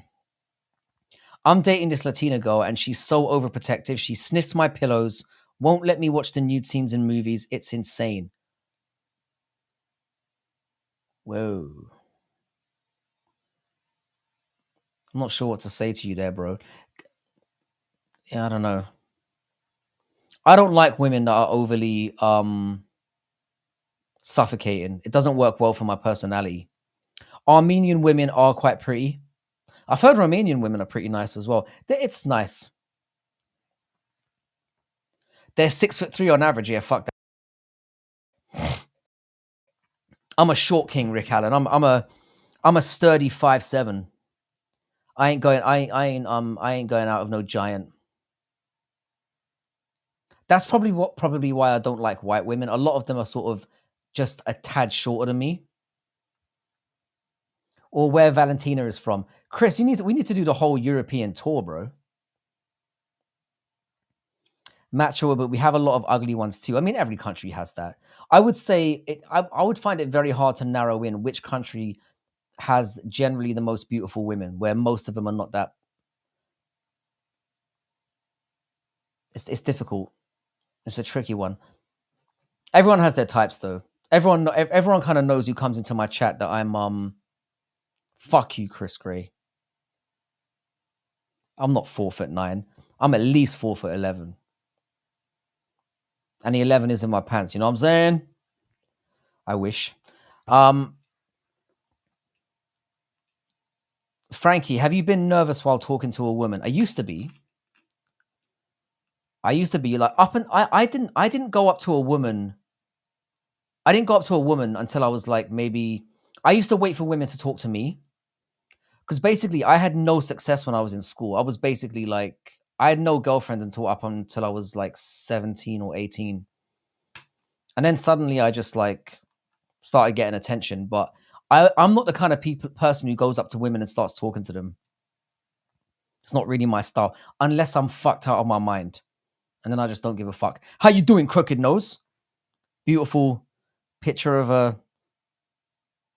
Man, that looks like a baked potato. How you doing, crooked nose? Are you saying you're from Russia, or you're just shouting out Russian women? Good to have you here, crooked nose. Ilya's goal is fucking fine, though. Ilya's goal is hot as fuck. I would say it's out of him and Dricus Duplessis who have the hottest chicks in MMA. Those two are coming hard. Catch his chin like Tapuria did, maybe. Possibly. Yeah, Chris, I can't wait for you to get over here. I'm not even fucking around as well. I genuinely mean it. When you come over here, it'll give me an excuse to Nah, DDP's goal is not mid. DDP's goal is not mid. You are absolutely capping their sass. That is bullshit. But what really annoyed me about that is when DDP was like kissing up his coach, everyone went viral about it. And then he finally brings the hot piece of ass into the cage, and nobody says anything. He doesn't get any promotion for that. I know the thing is, yes, Sassia. I know a lot of South Africans, and they're just like that. Like, I used to work with a lot of South African dudes. They're very sort of like that. It's very cultural. I wish I had not. I'm not doing watch-alongs anymore. I hate doing them. They're such a pain in the ass. They are such a pain in the ass.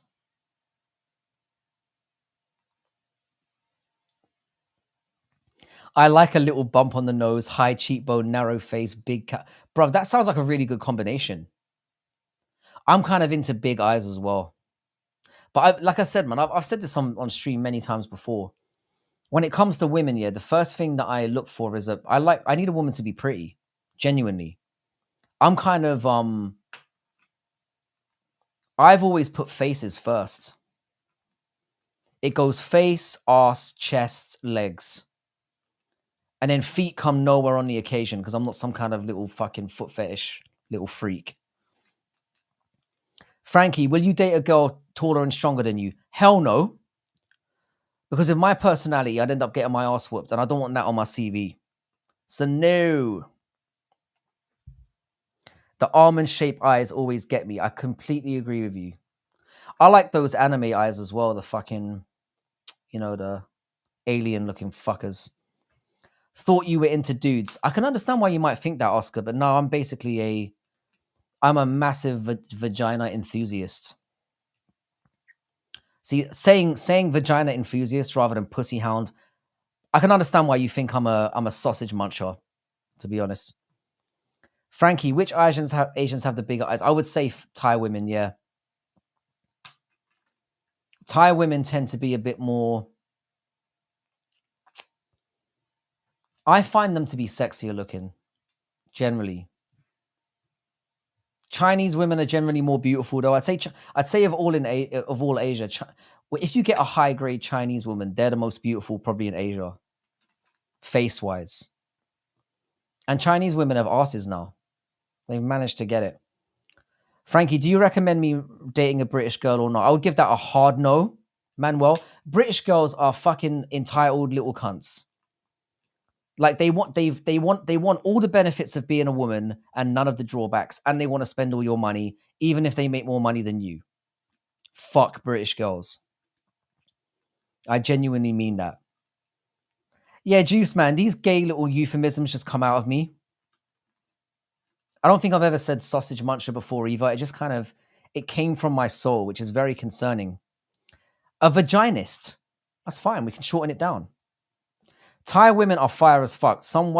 Mate, don't even get me started. Stamp Fairtex example, for example, for me. Now, Stamp Fairtex, if you saw a picture of her, she's not conventionally pretty. She looks dirty.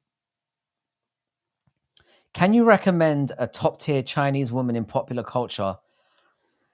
I always liked that woman. You know that was in House of Flying Daggers. She was quite hot, and she was in Rush Hour.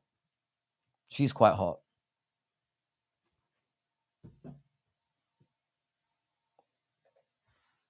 Hang on a second. Let me see if I can remember her name.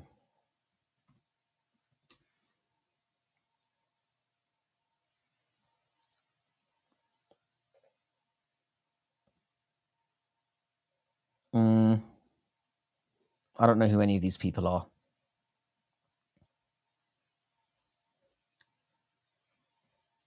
No, I'm not going to find out. There's a couple. What about breeding a British chick? No. No, mate. Your life will be ruined. You will end up living on your friend's couch while is Lucy Liu Chinese? I think she's American Chinese. I think she's half and half. She's quite hot. Yeah, she's American-born Chinese, so she's an ABC. Lucy Liu's quite pretty. I quite like her face. She's got quite big eyes as well. I like me some Lucy Liu. I'm a first chair vaginist. I play that like a fiddle. Beautiful, sir. Sounds so class. Firetex, yeah, she's okay. I'll give her my Mexican burrito on a good day. That's very kind of you, sir. I'm sure she'd appreciate that. Get to the back of the fucking queue, though, cunt. I was there first. Don't even try it, Juice Man. I'm gonna go over to. That was the most gutting thing to me. The last time I went to Thailand, I was supposed to be in the Lumpini Stadium. I literally bought a ticket in the same area where she always sits and watches her fighters, and I was gonna take my shot, and I blew it because I missed the event. But I'm not giving up. I will go there one day, and I will try my best. Chris, I'm telling you, mate, if you get yourself a British bird, you're going to ruin your life. They are a cancer. They are a cancer. You will end up, like I said, sleeping on your mate's sofa while she's banging her fitness instructor inside the house that you paid for. Save yourself the trouble, mate. She will empty your bank account more than she empties your ball sack. I live in Canada. All my British customers are great people. They're fine customers. We're very polite people. But don't Zhang Ziyi, I think that's right. Thorough research, very, very good. I'm impressed with that. I think she was I think she's quite. You get like Chinese women are quite natural, so they're quite. When you get a top tier Chinese woman, they're very beautiful. Shu Kui. You have my intrigue. Yeah, I'd say they're top tier. I think Thai women are the sexiest Asians, and I think Chinese have the most beautiful. Yeah, Oscar, I do. But I caught on to that shit very, very quickly. So I dated British girls very early on when I was in my teens. And I was like, God damn, first of all, they don't pick up a chick. They don't pick up a check. They've got a terrible attitude. Fuck them. Fuck them. They're so entitled. Like I was dating this British girl for a couple of years when I was a student. She made so much more money than I did because I wasn't making money at the time, and she was so fucking demanding. Fuck them. They're so entitled. Basically, British women, they want to be like British men. So they want you to be all fucking chivalrous, open the car door, all that kind of shit. But then they want to have none of the benefits. Like they won't make you a sandwich, give you a blowjob whenever you want it. They want to behave like men, but they want to still be women. And that just ain't attractive to me. Plus, pussy color's a bit weird as well. Might as well get into that. I'm not on it. Nice party shot there, Chris Gray. Who's Jasmine Parr?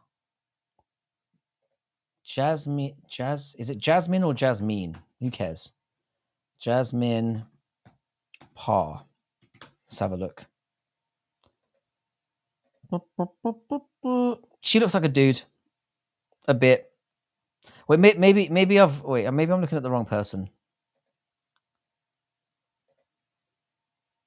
Yeah, I don't know about that. Big nose, bit muscly. I'm all right. She looks like she'd fuck you up the ass, bro, to be honest. Can British women take a punch? How the fuck? Don't try and trick me, bro. I don't beat women up anymore. John Dong. How you doing, sir? Great to have you here. And I like the wrench in your name. You're going full Anakin. I love that. How you doing, John Dong? Good to have you here. Where are you from, sir? I don't like Tracy. I thought Tracy Cortez was semi-hot until there were two moments for me. Number one, when I heard her voice, I'm like, fuck that. Like, honestly, if you're slamming her out, she's like, yeah, bro, give it to me, bro. That would be awful. So that'd be an instant boner collapse right then. And also, when her eyebrow went flying through the sky when Rose smacked her, I was instantly like, nah, this bitch is fried. So fuck Tracy Cortez. She's off the tier list. We need to stop judging women based on fight appearance, but based on their press conference look. Machua's got it. JVD was saying this yesterday. He was like, the best way to pick fights is the eye test, and I don't disagree with him. This brother gets it. Just look at them and make your decision. Fuck the stats. Fuck the rest of it. Just give them one good look and bam. Good to have you here, John Dong. My dad's name was John. What about Norma Dumont? Norma Dumont's all right, you know. I didn't really, I'll be honest, yeah. I'm kind of ashamed to say this. I didn't know about the cake until somebody pointed it out. I didn't know about the bunda. Norma Dumont is all right. Is she top tier? Probably not. I'm an interim mod, which is why I have the wrench in my name. Anakin is a fake interim mod. And Jax, how you doing, my boy? Shout out to Making the Walk MMA if you've not subscribed over there. Making the Walk, I am deeply sorry about that stream yesterday. It got a little bit wild.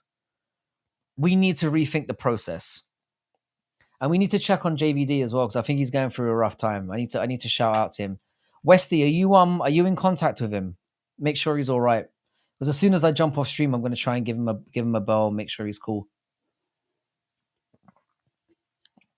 Thoughts on Aldana's gash? It looked like something out of The Shining, mate. I was saying this earlier on in the stream. I didn't realize how bad it was until they showed her at the back. And you know when they did that, I don't know what the fuck the cut man was doing, touching it and shit. You could see her brain. Oh. You mean Veronica Hardy, Manuel? Veronica Hardy's quite hot, but then she's had Dan Hardy's homeless dick in her, which it kind of lowers her for me. Westy, you legend. I'm trying to get in touch with JVD. I don't know what's up with him, and I hope it sounded a bit grim there. I'm a bit worried about him. She got a serious fight demeanor. Her fight last night was fire. The blood on her teeth was a cool visual. Machua, you have a very interesting taste. You have a very interesting taste in things. I'll put it that way. I'm concerned about you. You're a bit of a freak, sir. By the way, boys, thank you again for another chilled. My Sunday streams are my favorite by far.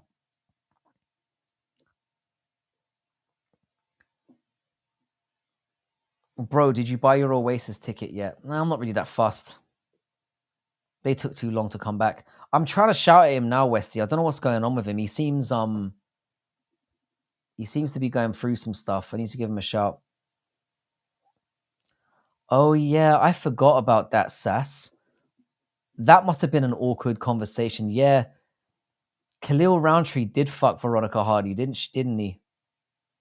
You can imagine, yeah, there's been some awkward conversations about that. You know when they have an argument. Yeah, he said something in the messages just now where I don't know, it sounded a bit worrying. I hope JVD's all right. I hope he's okay. I'm genuinely worried. I know they are, Rick Hadden, but they waited too long. I probably will catch a live event at some point, but I didn't jump on it on time. Rob's neighbor. I really need something from you, sir. Can somebody do me a favor? And Jax, if you're still here, would you mind posting the Discord link into the? You know, I'm going to do it myself. I need to stop being such a lazy prick. Hang on. Give me a second, because I've been meaning to do this for a while. We have a Discord. General copy. Right, here we go. I'm going to link the Discord in here. Made her tap out. That's a very nice way of putting it. Oh, I hope you're all right, Rob. Rob's neighbor. Rob's neighbor, if you could join the Discord, I definitely need to get some videos off you. I'm in the process of doing another collaboration video, and I would love to have your take. So Rob's neighbor, if you could jump on the Discord and send me a DM, I'd really appreciate it. Because I need to get you on some content stuff. And shout out to Rob's neighbor as well. Subscribe to him. He's got a really nice channel on the come up. And I really enjoy your live streams. They are so chill, so nice. I look forward to doing more stuff with you. You're a really lovely bloke. Proper family man, good content. Shout out to Rob's neighbor. That tap out comment, I'm still thinking about that. Yeah, what's Khalil's path to victory in the Pereira fight? Basically, he needs Pereira to get staff, then get struck by lightning, then slip on a banana skin while having a stroke, and then he still might not get it done. Khalil Roundtree is dog shit. I said it. I've been saying it. I think the fact that he's getting a title shot after popping, by the way, is so fucking strange to me. Fuck him. He's blatantly being put there to add another win on Alex Pereira's CV. Keep him warm so that he gets the Tom Aspinall fight. Fuck him. But having said that, John Dong, if he did knock his ass out, it would be hilarious. Dana White would have an actual meltdown. I might want to put Dana White on the Chris Benoit watch list as well. Because I think a Dana White meltdown is a coming as well. I think it's on the agenda. I think it's on the docket. I mean, he's already slapped his wife up. And once the UFC fires his ass eventually or lets him go, I think he's going to have the meltdown of meltdowns. Shout out to you, Westy. So your mod status is back working properly, yeah? I'm relieved. And shout out to you, Western Mass Climber, as well. You've been such a solid supporter to this channel. And having you in chat yesterday was great. I always get a fuzzy feeling inside whenever Western turns up. As fruité as that sounds. I love you, Westy. I love you, bro. But yeah, John, that would be fucking amazing. But I just think Khalil Roundtree is so basic. And he's got no... Khalil Roundtree got chinned out by Johnny Walker. End of story. End of story. Khalil Roundtree has beaten nobody good. And I can't understand how he's getting a title shot. Well, I understand it. The UFC, like I said, they're trying to.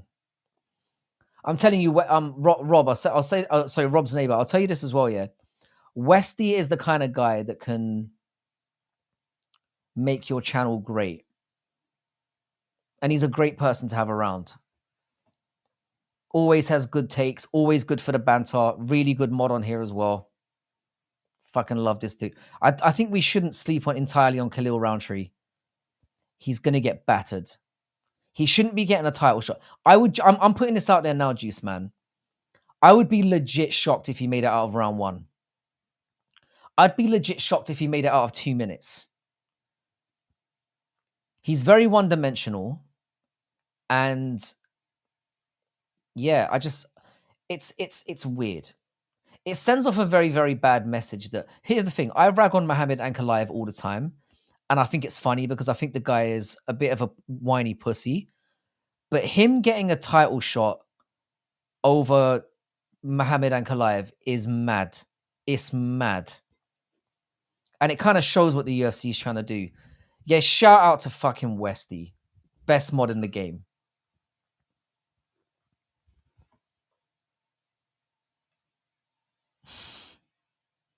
So yeah, Rob's neighbor, if you could join the Discord, I've put the link up here. I'd very much appreciate that, mate. I've got to get you on some stuff because you are just a lovely fella. You are a lovely, lovely fella. Good man, Robs. My username on there is something. Let me check. I don't even know what my. If you're inside the Discord now, let me check real quick.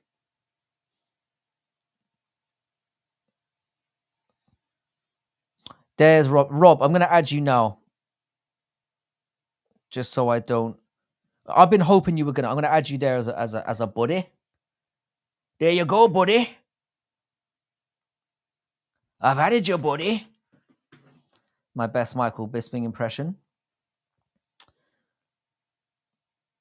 Westy, I should have been glazing you from the start. I glaze off Sniff every time comes in here, and you're an OG, and I love Sniff. A bit of Sniff glaze for you there. I glaze Sniff every time he comes in here, but I should be glazing you more, bro. Because honestly, yeah, I met Westy at a point where I was very close to giving up YouTube. I don't want to fully count out Khalil because we all thought that Izzy would beat Strickland last year, but at least Strickland was the thing is with Strickland. Strickland's actually a tough matchup for people.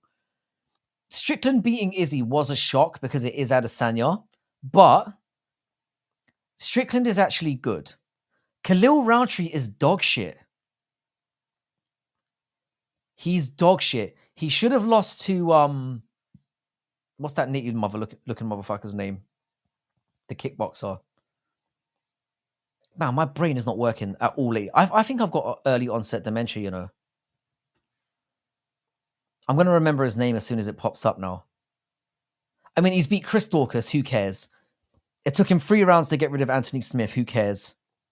Dustin Jacoby was the one I was thinking of. He lost that fight. He should not be getting a title shot. But we all know why it's happening. Dana White, beautiful, mwah, is slowly turning the UFC into what boxing is. That's his ultimate dream, though, the prick. Keeping Jones away from Aspinall. He wants Jones to be the GOAT of the sport and the baddest man, and you put him in a room with them. And that's what he wants. He wants that narrative for MMA. He wants to be able to say that. Oh, congratulations. Rob, 107. Rob's neighbor. Getting to 107 as early as you've been in the game is really impressive. It took me a while to get to 107. It took me a couple of months, and I had to go around asking like friends and family members, "You subscribe to my channel?" And then they wouldn't watch it, so it was completely pointless. 107 is really good.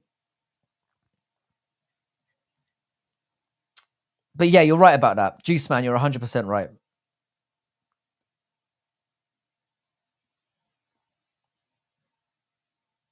But Khalil hasn't looked great. Khalil is horrible. He's beat give me an impressive Khalil Roundtree performance. Show me anything that tells you he would stand a fucking chance against I forgot that Fluffy versus Pereira was supposed to be on that card last night. John Dong, You're not going to find a bigger Fluffy Glazer than me. Fluffy is in my top 5 fighters. I love that comp, but that's a tough fight. That's a tough fight for him. Michelle Pereira at middleweight looks like a problem. Sorry for nearly killing you, Juice Man. I just can't help expressing my feelings. I think Khalil Roundtree is a scrub. I think he's an absolute wet wipe. I think he's a fringe. I think he's shit. Fuck him. I mean, I know he's a nice guy. Basically, you cry at a press conference. Fuck that guy. Fuck him. Fuck him. There are like 10 people at there's 10 people at light heavyweight that should be ahead of that cunt. Fuck him. Sorry. I sound a bit upset now, like I hate the guy. I don't. I just think he's a bit garbage. Thank you. I did a video of editing and then I linked a no edit video to that. And there's a no edit one has tripled in numbers, almost 10. Wow.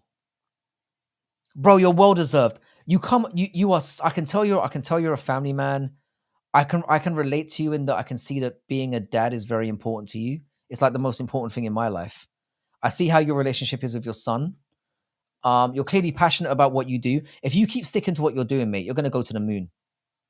People gravitate towards because there are so many cunts here on YouTube, and you're going to learn more about them the longer you're in the MMA YouTuber space. There are quite a few dildos in this. So when you find somebody who's genuinely looking out for other people and is a nice guy, people will gravitate towards that. And I personally hope you succeed massively. I just get a nice aura from you. Yeah, fuck him, Juice Man. I might be going a little bit too hard here, but I just don't think he deserves it. I just don't. I don't. I wouldn't mind if he was good. I'm done. I'm done going in on him. For now. That's how I feel about LGBTQ leader O'Sally. O'Sally's a really good. He's gonna have a rough. He's gonna have a rough couple of years. The old cuck.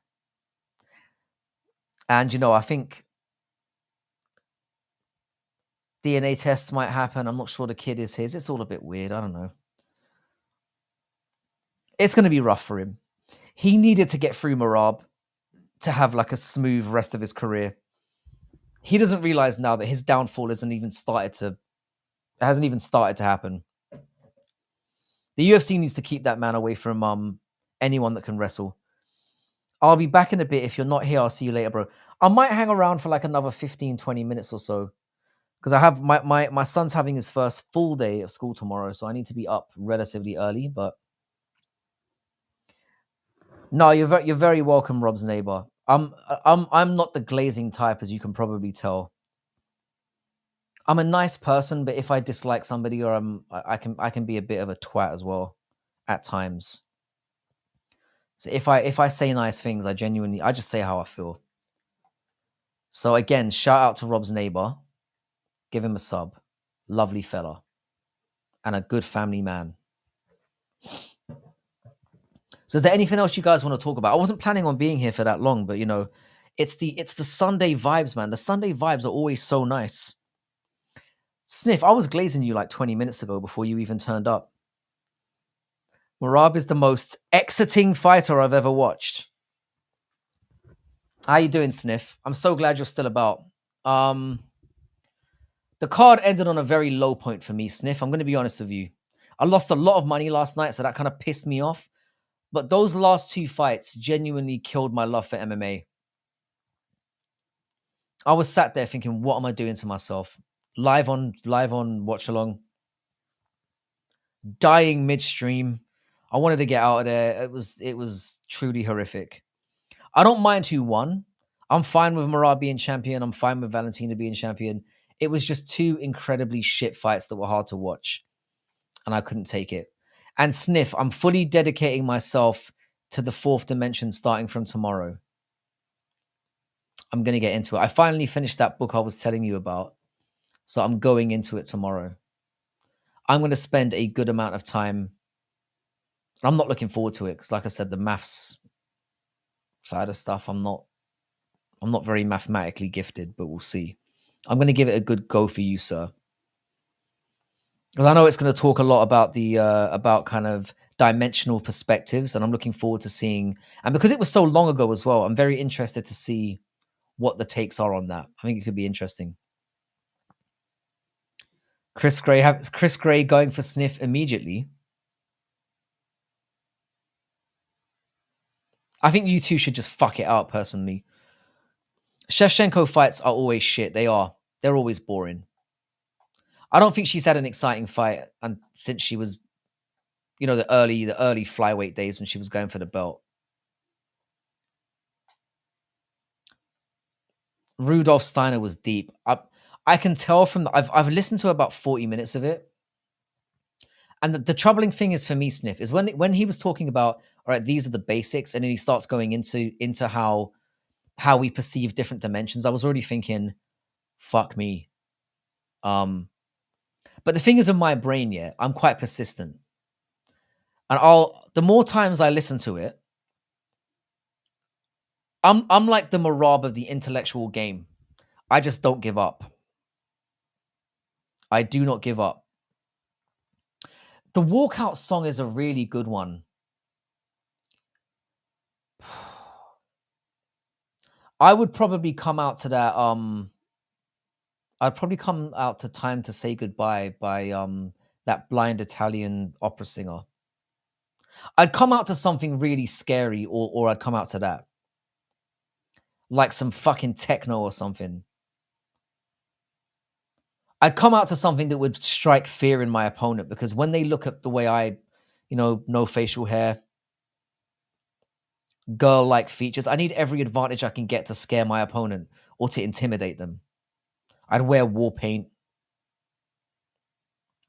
Chev was good when she was knocking out trash cans. Fair play. Respect to all the can crushers in the MMA game. Shevchenko is hard to watch. It was a terrible fight.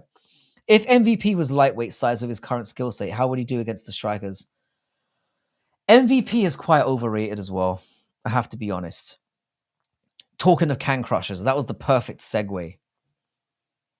MVP is great against people who are dog shit. And I'm not saying he's horrible. He did very well against Kevin Holland. I thought he looked pretty good in that fight.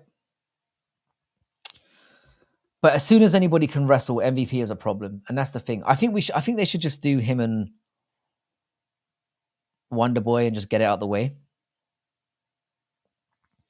I would come out to pick the world up. That's a great shout. Or some Frank Zappa and win the mental game. That's what I'm saying. It's got to be some intimidating shit. It's got to be some intimidating shit. Or some stuff to get you hyped. But I wouldn't want to have an adrenaline dump before I make it to the cage.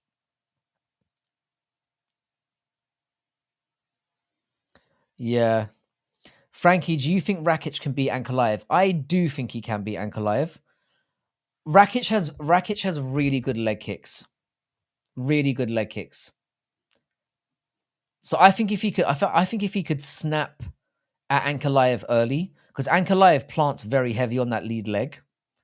So I think if he could damage the leg early, that could be his best path to victory. I rate Rakic very highly. So he could win, but it's a tough. Ankalaev is a tough fight for anyone because he's inbred and his wrestling's decent. So he's going to be a tough fight for anyone, and I think they know that, and that's why they've got him to sidestep Alex. It's clear. Sniff. I'm going to be on this guy as well. I've subscribed to him, the guy that you recommended. And I'm looking forward to some of that conspiracy theory stuff. Frankie, rate your judo. It's about a 2 out of 10. I'm a better wrestler than I am a judoka. I'm quite good at wrestling for a British cunt. I think MVP is actually good, even against Mikado. Yeah, that was a bad matchup in terms of it was always going to be boring because they're both very cautious. MVP is a very good striker. It's just, yeah, meh. Calling MVP not good is unfair. I made a video on him that did quite well, and I like MVP. When MVP is the kind of guy that when he highlight reels somebody, it's for the ages. He's got one of the best highlight reels in the game. Some of the knockouts he's had have been spectacular, but he just hasn't fought good enough competition. And he just hasn't, he's not well rounded enough. But I like him. Cold Art, son of a bitch. We said this yesterday on stream. I love when people threaten me that they're going to beat me by decision. Way to Bilal me up there, bro. Cold Art will make it happen one day. I'm saying this to you having no idea what your fucking stats are. You could be like 6'7" and juiced to the gills. So I might be writing checks that my butt can't cash, but fuck it, I'm safe here behind my keyboard. So fuck you, I'll do you, cunt. But yeah, Sniff, I've jumped in on a couple of this guy's live streams as well. He plays really good music, and I'm always down for a little bit of conspiracy theory talk. You won't be able to, but bro, my legs are fucking thick as fuck. I played a lot of football growing up. MVP is cool. I do like him and grab the fence. I'm dirty as fuck, man. I'm willing to play that game. I'll do Frankie like Aspinall did. I'm not a very good striker. And Westy, you're just a bully, mate. You're a big cunt. Go and fight somebody your own size. Go fucking talk to JVD or somebody. Why are you trying to bully me for? You're basically moving. I mean, I know we're the same age. I was about to say an old. I'm old and I'm relatively short. Saying you're gonna mog me is not an impressive fucking. And you climb up trees all day, so you've got that natural physical strength as well. Go bully someone your own size, you can. I love that, and grab the fence. That is a legendary thing to say. John Dong, sorry, to answer your question, I kind of started answering it and then I kind of went off on a bit of a side. I think MVP would do quite well at lightweight. I legit do. Sniff looks quite shredded. Sniff looks pretty strong. I reckon he'd be tough to handle. More Sniff glaze. I love the conspiracy. I saw an oddly shaped lady wearing a Skinwalker Ranch shirt the other day. And what's your theory? Frankie, would you drive a motorcycle? Nope, I'm a pussy. No. But I've ridden whenever I go to Thailand, I ride on the back of a lot of motorcycles. I started doing it more recently when I got there. I love motors. I love motorbikes. I'm just scared because like a lot of people I know have been killed on them. So I'm a bit of a pussy when it comes to them. So I wouldn't ride one because I wouldn't like ride one myself because my reaction time is awful. But I tend to trust people who are experienced. And if you visit Bangkok, you have to get around on motorbike or you'll be stuck in traffic for full days in some junctures. The traffic there is horrendous. Frankie goes to Hollywood. What happened to O'Malley? He got fraud checked, mate. He's a weak little soy boy who can't wrestle, and he got fucking exposed. What conspiracies do you believe in? Moon landing, a bit dodgy for me. Do you know what it is here? If you see the Apollo, I think, what is it? The Apollo 11? I think was what landed on the moon. It looks like a fucking third grader's science project. Looks like shit. So the moon landing thing's a bit of a dodgy one for me. I don't know. Throw some out there and I'll give you a yes or a no. I'm not a major, I'm not going to go as far as Sniff and say that I believe in flat earth, but I don't know. I've never been to space. So it could be. I don't know. Holocaust, don't know. Wasn't there. I'll say that I'm open-minded to certain things. I do believe that we've already had aliens land. If you want to get into that. I do think I do think we've had like alien contact. And again, not based on anything that I know for factual, because of course, how would I know that?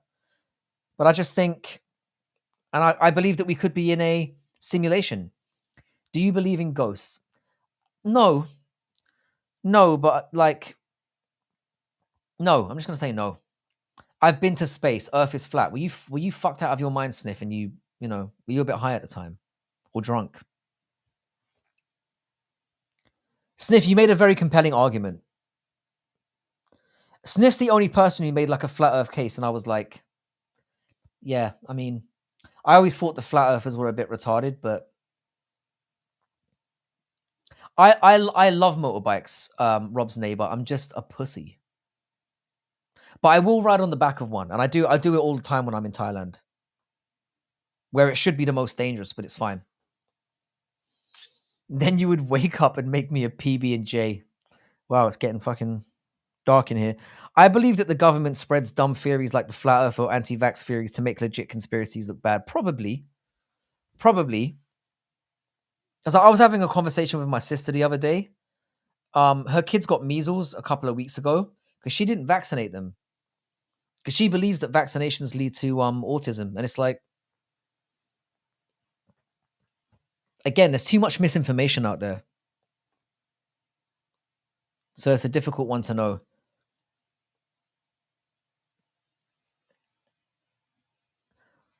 Cold art, keep mouthing off, son, because you're gonna get embarrassed. I have the resources to make it happen. I'll turn up on your front yard and be like, now, cunt, let's go. I'll have a film crew there. I'll embarrass you, son. If you step out of the house and you're like 6'9", I'll pretend to be a delivery boy.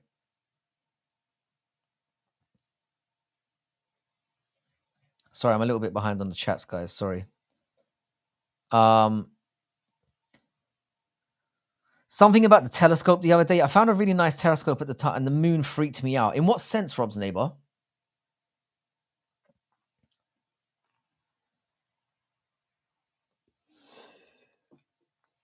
Sniff is well. If you get Sniff on a video, he's well able to cook. If you give Sniff time to talk, he cooks. Sniff genuinely had Hank, who's very difficult to take down in an argument. He had Hank like, I'll look into that. It was beautiful. And Hank is pretty good at arguing. 9/11 being an inside job seems obvious to me. I mean, I believe that COVID was deliberately put out there. They did like a trial run with SARS like 7 or 8 years before. And I think that China mass engineered that shit to get control. There you go, sir. I was about to say something really zesty there.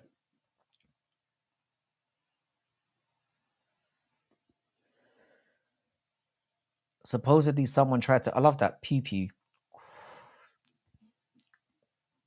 I think Donald Trump thought that the first assassination attempt would push him over the line, but it still seems like he's... Rob's neighbor, there was a really nice exhibition that they did in London that I took my son to a couple of months ago, and it nearly convinced me that the moon landing was real. It nearly did. I'm not saying it's fake. I'm just saying my whole theory is based on the fact that the Apollo 11 looks like shit. It looks like a kid stuck some toilet rolls together and put some gold, like, what do you call it? Tinfoil. It looks shit. Bro, it wasn't China, it was Israel. Nah, we can't blame everything on the Jays, bro. As far as I know. I'm keeping an open mind to it. Imagine Frankie got a UFC contract. Imagine.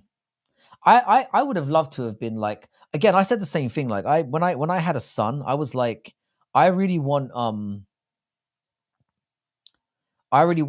my son to be a fighter. And then he was born, and then he was really cute, and I'm like, I'm not letting him get anywhere near a fucking cage.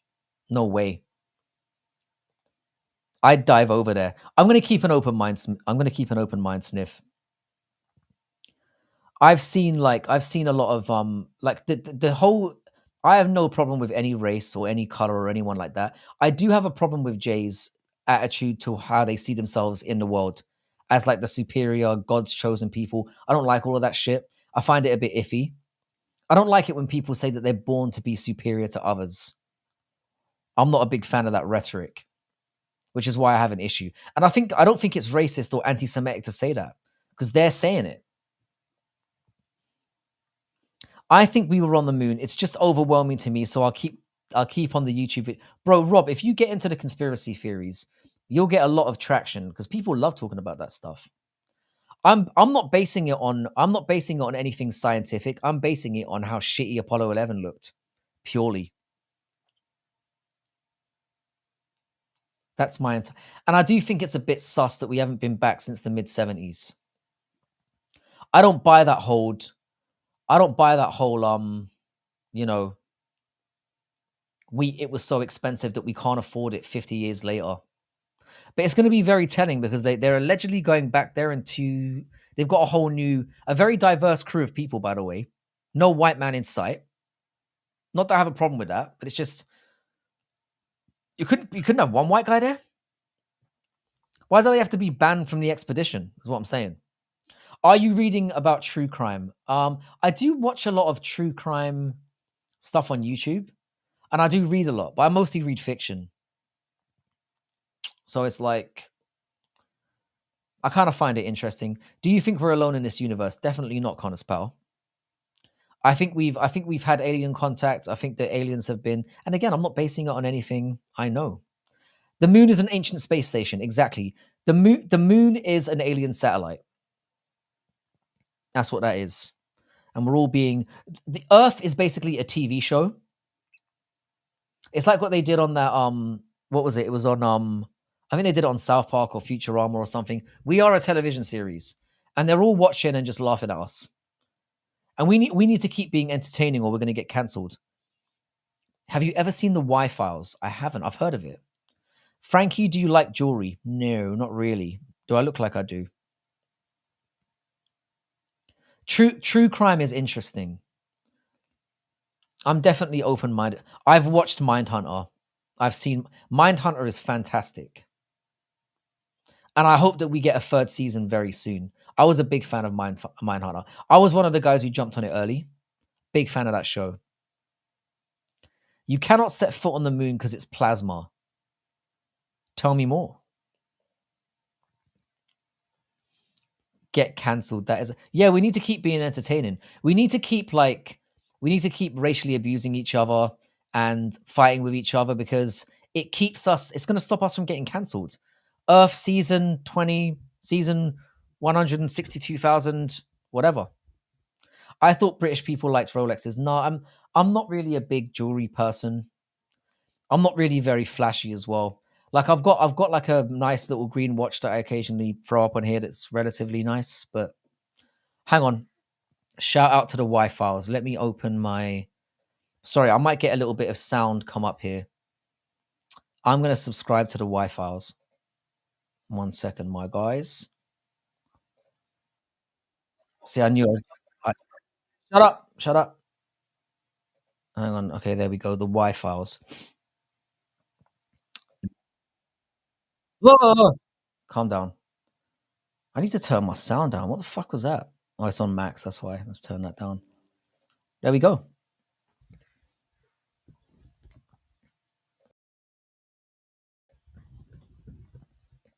Yeah, the Y Files. I'm going to check that out. I can't wait until we reach the technology so we can explore the entire ocean. Bro, that's what I'm saying. We haven't even explored the shit on our own planet. I kind of find serial killer, true crime stuff quite fascinating. Kind of getting into the mindset of what got them there. That's why Mindhunter. I know Mindhunter is technically a fictional series, but it kind of I think it's fascinating to look into the psychology of how those kind of things go down. It does freak me out a little bit though. That's the thing. That's the thing, Sass. I mean, it's been 50 something years, I think, since we've been back. It's dodgy to me. But next year is going to be very telling. And the thing is, the way that like AI and CGI and stuff is now, it's very hard to prove. I think a third season of Mindhunter is coming. I think it was commissioned. And I think it's coming early next year. So we've got that to look forward to. But yeah, John Dong, it's a difficult one. I have watched a lot of like there's a guy called Coffee House Crime on YouTube. He's a bit of a fruity Brit, but he does like good breakdowns of like, you know, murderers and that kind of stuff. And I'm not really sick like that. Like I'm not one of those glorifying murderers. I just think the psychology of it's very interesting. But yeah, it's And I've been very much into like I watched a lot of like. Have you guys ever seen Cocaine Cowboys, for example? Maybe that sounds as like a true crime. John Dong, if you haven't seen some of the there's a series called Cocaine Cowboys where they looked at like the Medellin cartel and all that kind of stuff. That was fascinating. Did you like Luther? Luther was pretty cool. Luther's pretty cool. I haven't seen Killing Eve. Women, mate. That's probably what put me off. Is it worth it, Matua? Bros, I bet we've been back to the moon. It's just they probably didn't admit it publicly. Maybe. I mean, that's very possible as well. I just don't buy it. Even though the killer left his blood in the house, so the police has his DNA, they haven't matched it to anyone. That's kind of freaky. I can't do true crime. I do like a show called Fascinating Horror. I like the drug ones. You know, like the. I'm quite fascinated by like the drug industry and all of that stuff and how it links to like the CIA and all that kind of stuff. It's fascinating. Sorry, Macho, I just couldn't help myself.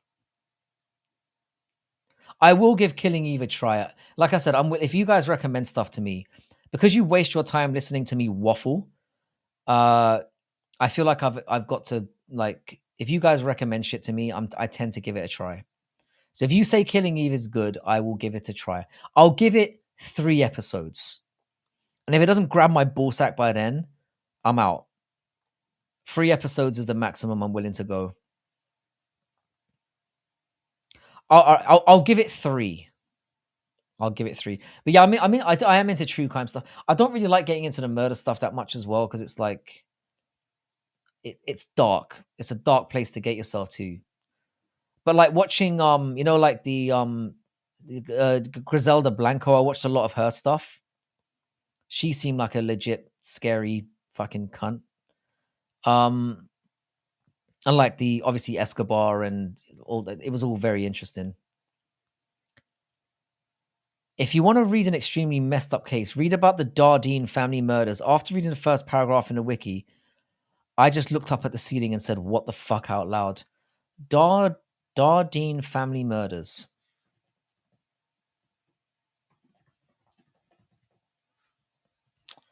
Let's give this a skosh.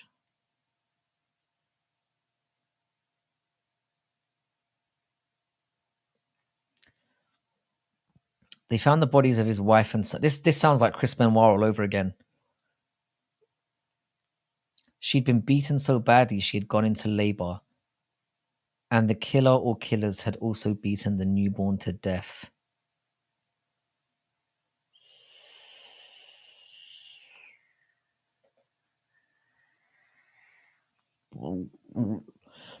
I finished a show called Haunting of Hill House. Haunting of Hill House, I saw a couple of episodes of that. And I didn't finish it off, but it's something I want to go back to. That show was intriguing. I'm gonna go back to that one as well. Yeah, Macho, I'll give it 3. It's about assassin bitches. I'm already turned off, I'll be honest, but I'm gonna give it a try. I promise to give it a try. I will give it a go. Frankie, I know it's not going to be an important question, Chris, but shoot your shot. You don't have to sucker me in here. Yeah, Haunting of House Hill. I remember it being a bit obscure. It's quite psychological from what I remember. And at least it tried to do something a little bit different. I need to go back to that as well. That is definitely on the list of like something that I need to go back to. If you guys like paranormal horror is probably less. I find that stuff to be a bit cheesy. But like I said, I'm always open-minded to new things. I'm willing to give it a go. Because I've usually got time. Isle of Man is between England and Ireland, isn't it? Yeah, I think so. I think it's like lower west coast, right? I think. Or maybe that's Isle of Wight. My British geography is quite. I live alone. I can't watch scary shit. Good philosophy. Especially like I really hate when I'm alone in my house because my house is massive and occasionally doors slam by themselves if you leave windows open. And I get a bit nervous. I should just look at a map. It's not a bad idea.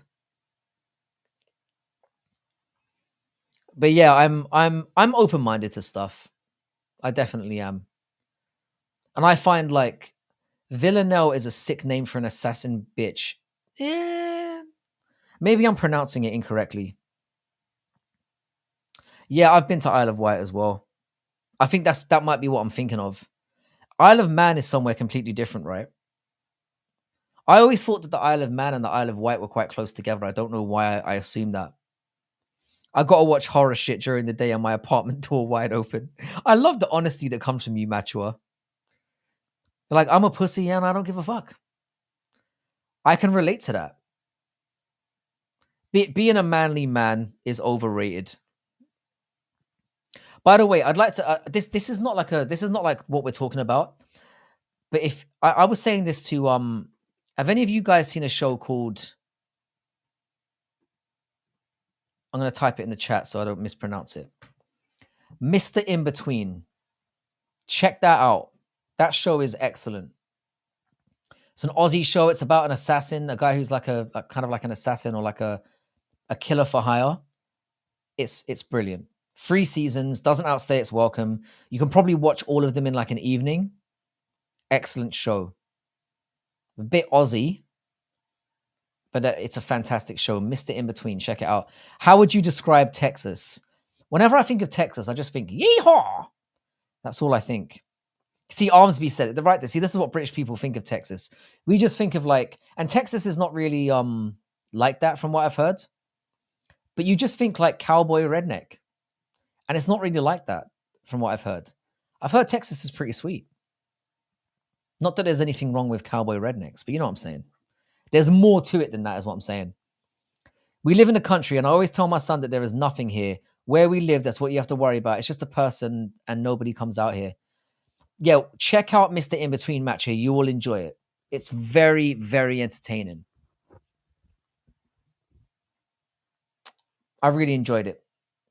I've been trying to get Dougie to watch it for ages, and the fact that he doesn't even know what it is troubling to me. I'm starting to suspect that either he's not real, or Australia's not real, or he's not a real Aussie. Because that show is goated. Texas is, that's what I'm saying. Texas is like it's like got countries within countries. If I was at the bar with you in Ireland and a hot white chick was digging me, but was there with a friend and says, I'll only go home with me or you come along with a friend, would you take the fall? I would 100% take the fall. And I wouldn't do the fat chick, but I'd take her out. No Chill, you were highly entertaining, mate. Drunk No Chill is the GOAT. You saved that stream because I hate doing watch alongs No Chill. I fucking hate them. I'm not sure if I'm ever going to do one again. I might just do like the main card. Because the thing is of watch alongs, everyone does them, so they don't do anything for the channel. And they're just a slog. Like sitting there for 7 hours watching fights and trying to get through it is tough. No Chill was I love having No Chill on. Like I need to do some like just live streams with just you on there, where we do like a Sunday or a Monday when there's nothing on and we just chat. It's mad to me that Texas is like 4 times bigger than England. That is wild. Yeah, No Chill was fucking caked, but it was very entertaining. Have you read about I've heard about Bible John. I've heard about Bible John. The truth of the matter is, yeah, there are a lot of serial killers that never get caught up to. That doesn't get spoken about enough. Bro, do you have any friends in Cambridge? I don't have. I've got a couple of in real life MMA fans, and they live in London. And I know 2 guys who are like Brazilian jiu-jitsu black belts, and I can talk with MMA about them. But I only get to talk about it with them when I go to London. I don't know anyone in these parts that's into MMA, which is why I kind of started an MMA YouTube channel in the first place. It's because I had no in real life mates to talk about it with. They're all into football.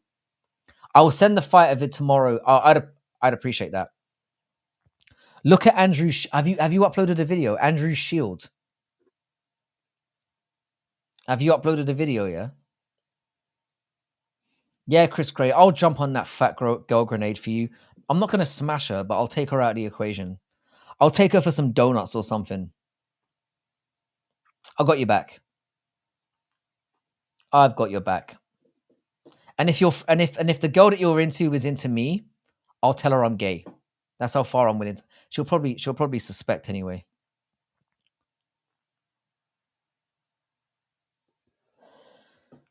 I am an excellent wingman, one of the best.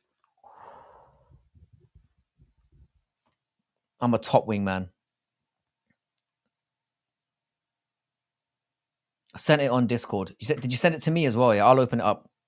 I'll stick it on the By the way, no chill. Could you do me a favor? I got a couple of strange messages from JVD earlier. Oh, beautiful. Hang on.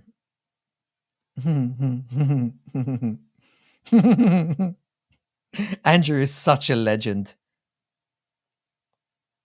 Hang on, let me crack that open. I'm gonna drop a comment on that as soon as I get off here. No chill. Are you going on live today, by the way? No, they don't. Bro, pubs aren't open until 7 o'clock in the fucking morning, mate. Pubs usually close at like 12 o'clock here. There's nowhere to go and watch live UFC fights. Living in England and being an MMA fan is the fucking worst. It's the fucking worst, mate. Hang on.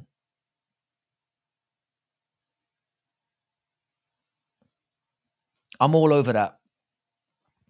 Mr. Cruel. That's a dog shit name as well, though, isn't it? Mr. Cruel.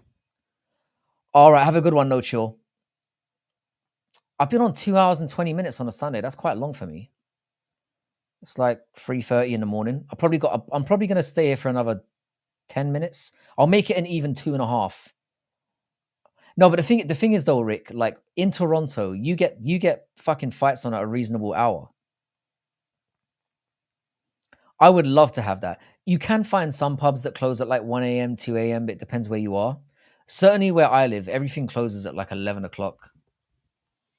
There are only 3 sports: bullfighting, motor racing, and mountaineering. All the rest are merely games. Ernest Hemingway said that MMA is definitely a sport and why I love it.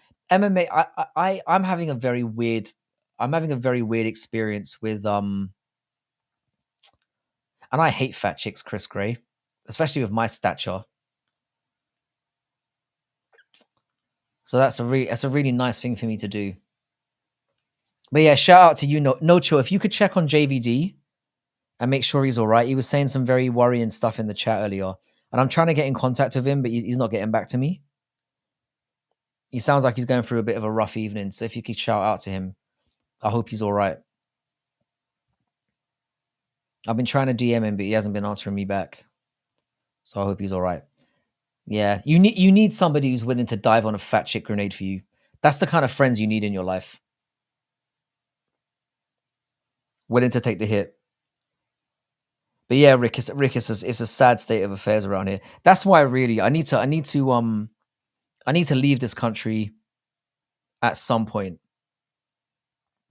I need to go somewhere where MMA is on at 7 o'clock in the evening. So I stop ruining every Sunday for the last 10 years. What was JVD talking about? He was basically saying we can't do streams anymore. I can't remember exactly what he said. I'd have to go all the way back. Hang on a sec, mate. Let me check this. Let me check. He sounded depressed as fuck. He sounded very, and I've only been mates with JVD for the last couple of months. But yeah, it sounds to me like he's at a very tough one. And he sounded very down from the sounds of it. I don't know exactly. It's just the vibe that we got. Westy picked up on it as well. Damn, do you have your own little bar pub in your place or watch room for fights? I've got my man cave. He basically said goodbye. That's the vibe that I was getting. That's the vibe that I was getting. I'm worried because he's a very young. Like I know he looks like a grown man. He's a young kid as well. He's not even 18 yet, and he's going through a bit of a rough time. From what I can gather, I was kind of hoping that like being part of the MMA community would be good for him as well because he's really making some waves. Like he's got a lot of respect around here. So no, I think Rick. I think it's more personal stuff in his. I think it's more in his personal life. I don't think it's to do with the state of the economy or society in general. But like I said, I don't know the full extent of it. And considering that I consider him a mate, just generally worried about the guy. Yeah, you're right, Armsby. I think there was a bit of that. I was acknowledging him in the first thing I said when he came in was I shouted him out. I said thank you for being on the stream yesterday. Justin Gaethje title run is not coming. I think Justin Gaethje might have a couple of fun ones left in him though. I hope not. I remember seeing an MMA host mod say that's what I'm saying. It's the. I'm a big advocate for like mental health. Like I grew up in a household where my mother basically I've never spoken about this. My mother was bipolar. So I'm a very strong advocate for like looking after people's mental health. So I'm like I have a lot of sympathy for people who have mental health issues and people who go through like trauma in their childhoods and in their lives growing up. I've got a lot of time for people in those situations. So like I said, Rick, it's just more that he's a lovely lad, and you don't know what kind of pushes people to those moments. So I'm always genuinely concerned when people display that kind of those kind of feelings because I can see how things can go downhill very very quickly. It's not blasphemy, Oscar. Justin Gaethje is a great fighter, but he's also a bellend. He's a twat. I might be trying to trigger you right now. I can't help myself. I think I really went off. I was saying this yesterday on live stream. I really went off Justin Gaethje when he called now I know Conor McGregor is a cunt. I get it. But calling him a shit father, I thought was a very deep thing to say. Like after he said that to him, I kind of wanted to see him get smacked, and I got my wish. You are an empath, Frankie. I do. I care about people. That's how I was raised. I legit care about people's mental health and people in general. Like I know I sound off on here and I call people bellends and cunts and shit all the time, but I only do it when I feel like it's warranted, and I'm not a bully. And I genuinely would help people out. I'm that kind of person. Being a single dad, my son, it's just like the two of us, and his mum is close but dead but alive. It's sad, but we say so. Did you say sorry to be too intrusive? Did you say that the mother of your son passed away, or that she's just out of your lives? Your son seems like a really lovely kid as well. You're clearly doing a good job. So shout out to you. You wouldn't want to get in an argument with a lad in the UK because he'll probably pull out a giant knife on you. Yeah, that's how we do things in the UK. UK people are fucking insane. The fact that we had a murder rate that was higher than New York's a couple of months at the beginning of this year and we only have knives is concerning. And we're like a fraction the size of New York. So, yeah, an empath basically means that you're in tune with people's feelings. You kind of understand how she's out of our lives. I got you. It's probably for the best. Andrew, I just saw you've dropped a new short. I'm looking forward to commenting on that, brother. Shout out to Andy fucking B. Give this man a sub. Um, one of the very much part of this group. We love Andy B. I'm gonna check out your short and I'm gonna drop a comment. I haven't seen it yet. It's in my I saw you were wearing like I don't know what that is. It's like a is it like a pot on your head, sir? It looks like a pot or a colander.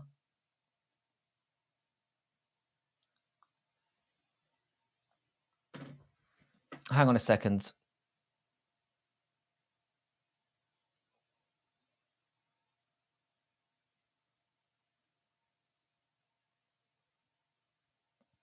Um, Do you stuff a giant knife down your underwear before you walk the mean streets of Cambridge, bro? Why do you think I moved here? Almost cut my fucking meat and veg off. Here in the country, the thugs never bother us. They know we have. That's the thing about America, bro. It's like America. Even though I'm very much my issues on gun control are a bit you know I wouldn't introduce guns here, but I think now that guns are in America, you can't the horse is bolted. As far as I'm concerned, you can't like then start. They've basically got to go all in with the gun stuff now. It is what it is. Isn't Cambridge just full of posh Tories? Mostly, mostly. Cambridge is not a dangerous place. I heard that all of you missed me. We did miss you, Andy. Andy, you know how much you're loved around here. Fucking love you, Andy B. But yes, Cambridge is full of posh Tories, which is why I moved here. I don't know about you, Armsby, but I don't like being threatened with a knife. I don't enjoy it. I don't enjoy going to the supermarket and feeling like somebody might gank me for my groceries and put a knife on me. I've got kids. I'm not about that anymore. Fuck it. I'm soy and I don't care. I used to be the kind of guy when I was in London. I'd be the kind of guy that would get into fights with people over nothing. I'd always be trying to prove how hard I am. I was a dickhead. Being soy is way better.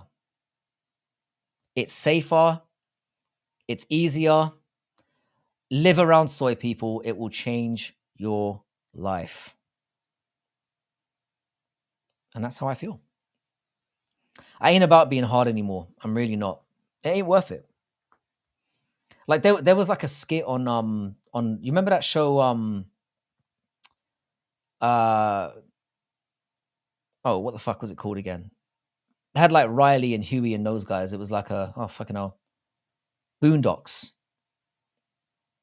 And there was like a skit in it where they showed this guy get into an altercation and he was like, why am I doing this? I'm white. And then walks away and I'm like, that's it. Yeah, Rick, I'm admitting it. I've become soy. But the thing is, yeah, I've still got that London part of me as well, where there's a couple of times where like somebody's bumped into me or something in the queue, or like I get some shit from somebody outside and I just want to go off. And then that part of me in the back of my mind thinks, you're gonna end up going in jail. Somebody's gonna end up in hospital. For 10 minutes of just like standing up for yourself, you're gonna deal with months of like litigation or whatever. And I just think to myself, it ain't fucking worth it. And I've had so many, I've had guns pulled out on me. I've had knives pulled out on me. And I used to be literally like fearless in the face of that kind of shit. And looking back on it now, I'm like, bro, used to be a road man. I was definitely not a road man. I probably thought I was, but not. In London, you've got to have a little bit about you or you'll get fucking mogged. What does a road man sound like, cuz? He sounds like this, cuz. He sounds like a proper dickhead. That's how roadmen sound. You notice how easily I switched to that vernacular. I was the roadman that made it. I made it out the hood. My G's. Musical's right about me. There's definitely some, there's definitely some gutter in me somewhere. Bro, didn't they burn a ton of people at the stake there in Cambridge a couple of centuries ago? I mean, why are you bringing that up? I had nothing to do with that. I'm essentially like, I mean, I'm from like a lot of. I need to do like an ancestry check because I suspect it's a bit mixed. Yeah, Protestants and Catholics and all that shit. I was on Team C, by the way. Yeah, they fucked us up.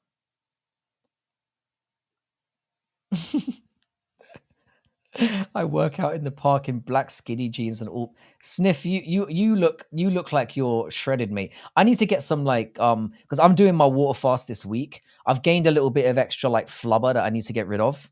especially around the midsection. We've talked about this. Sniff, now that you've no shirt, you fucking Chad. Sniff, now that you've proven that you can be 40 plus years old and get abs back, I need to have some conversations with you. Because I'd like to have one more ab run. I miss having abs, man. I miss them. Like my chest game's pretty tight. I've got some nice shoulders, but the abs have been really difficult to get back. So I'm gonna do a water fast to shed off the unwanted excess blubber around the midsection, and then I'm gonna get on a nice program. I finally found a topic that's triggering for you. Is that why you've stuck around here so long, Rick? You're just like, how can I piss this pasty soy cunt off? And you're just trying to push every button you can find. I respect it. It is all about diet. So Sniff, again, I need tips in this regard because I go through stages where I like eat poorly as well. Generally, my food health is quite good, but if you can recommend stuff that's would be good to get to, I would be very interested. I'm not showing off the titties, Matua, because I'd convert a lot of dudes in here to rip your hoodie off Hulk Hogan style. Yeah, I have abs that are insulated by fat too, sir. I'm actually not. I'm actually relatively slim still. I mean, when I talk about blubber, it's like it's minuscule. I'm not very. I'm not very. You can probably tell by my face and neck. I'm not the fattest cunt out here. Andrew, would you protect? I cannot wait to watch this video. You're just building up the climax now. How you doing Saturday, my man? How are things, brother? How are things in your neck of the woods? I hope you're doing very well. Saturday, I'm in the same boat. I either eat really, really well or I eat utter shit. Like I had McDonald's today because I couldn't be fucked, and I haven't had McDonald's in a little while, and I felt like fucking shit afterwards. Yeah, if I'm gonna strip, it's gonna have to be. I'm gonna need some dollar bills in my. You know what I'm saying? You're gonna have to make it worth my while. I'm slim, so you've got the old Nick Diaz physique, yeah. Add hard-boiled egg to the salads. I got you. Sniff. I know you're not on the Discord, but I need to find a way of getting you into like a DM situation because like I feel like there's a lot of advice you can give me at my age. And diet is definitely one of them. I'm gonna do I'm gonna do the water fast this week. I've done them before. I did a really good water fast earlier on in the year where I did 10 days, and I literally shed like 14 kilograms, and I looked shredded again. Like, but I've gradually gained that weight back. So I'm gonna do it again this week. 10 solid days of just cutting and doing it. What? Oh, that was anticlimactic. I will just make you. If I still need. I'm waiting to get proper caramel blocks. I want to do it properly. Shout out to Chris Gray for sending me that video as well. Because the next time I go on a proper bender, I'm gonna carry like caramel cubes with me. And the next time I go to a bar, and I'm just gonna pop them in and see how it goes. Hang on, no chill.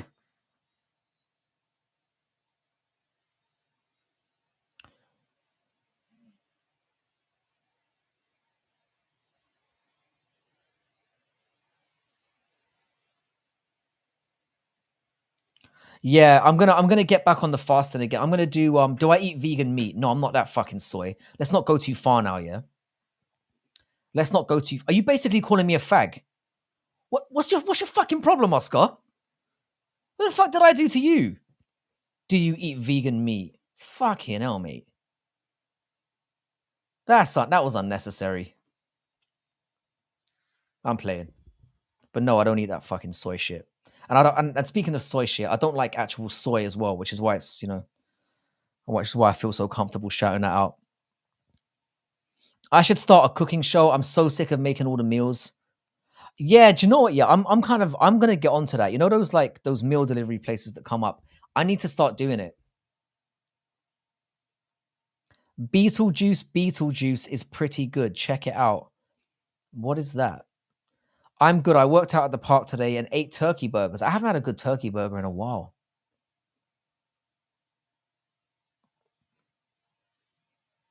Yeah, no chill. I hope you're right about that.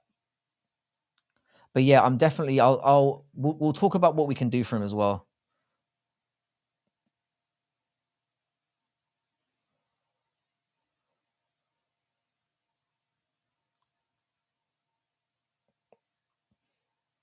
Where is Crystal tonight? Crystal was here earlier. She had like an animal emergency. I think she had like a sick animal or something that she had to tend to. Crystal's such a sweetheart. Unless she's talking about Rigo and then she rightfully goes fully balls deep, which is hilarious. I used to have turkey burgers at my grandma's house. We've all got those like my grandma got me into lemonade. I'm a big lemonade guy. Fondest memory of, unfortunately, all of my grandparents have passed away now. But every time I have a cool glass of lemonade, I remember the good old days. I don't think I've had a turkey burger in like a decade. Yeah, I've got to stop calling you Rob. Rob's neighbor. If you don't mind, what I think you told me your name on stream. I need to call you by your actual name because I'm lazy and 2 words is too much for me to be shouting out every time. I'm about to muck some fried chicken for the third day in a row. I feel like sniff. I had a pork is goated. All of the zombie shows and movies prepared us for the Haitians. I'm not really a big fish and chips man, Oscar. I don't. I think fish and chips is all right. But as far as British cuisine goes, if I could only eat one British staple for the rest of my life, it would be an English breakfast. You are due for one, Frank. Are you saying I'm a fat cunt, Andy? Are you saying I'm a fat fuck, Andy?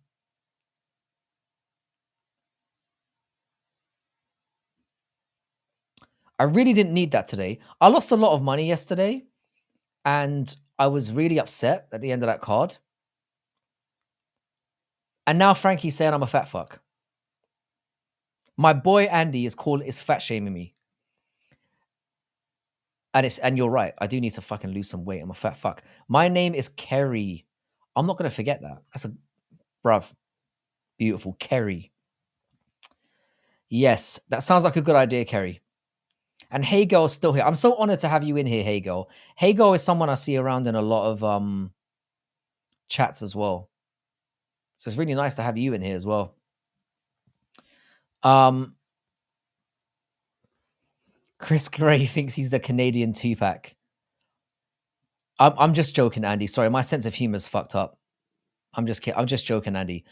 I'm gonna send a comment on your latest post. So shout out to Andy B. Andy B, how's your subscriber count coming along, my brother? John Fitch sounds inebriated over on his channel, bro. It's weird. John Fitch has had a rough few years by the sounds of it. I think he's a raging alcoholic now, which is a shame. Because he got like done boring everyone to death. Kerry Hatley. I'll never forget Kerry.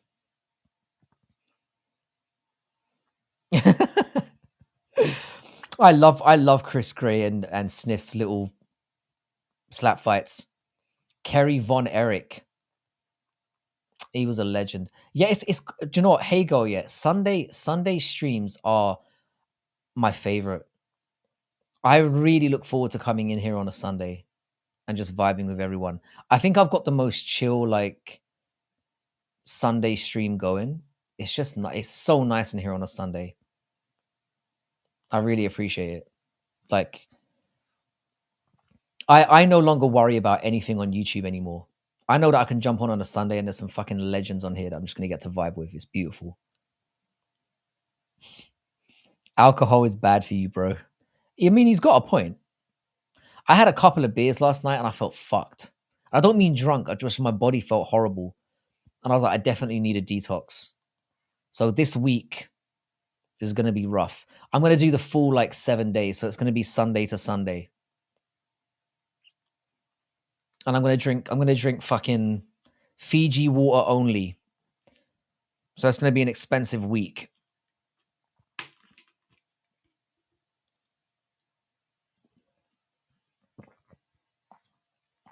John Fitch got a lot of shit, but he was a nightmare. John Fitch was really difficult to deal with. He was boring as fuck, but he was a stylistic nightmare for a lot of people because he was tenacious. He was doing Merab stuff before Merab came about. My nickname at the dealership was Kimbo Slice. That is cold as fuck, Kerry. That is cold as fuck. Um, I feel like I'm in a program where they're monitoring me and lots of people I interact with are on it. Sniff, this could be a simulation. This could be a simulation, and you might be one of the only non-NPCs that I know. I suspect that I suspect that the mother of my son is an NPC. I think I spent 15 years of my life with an NPC.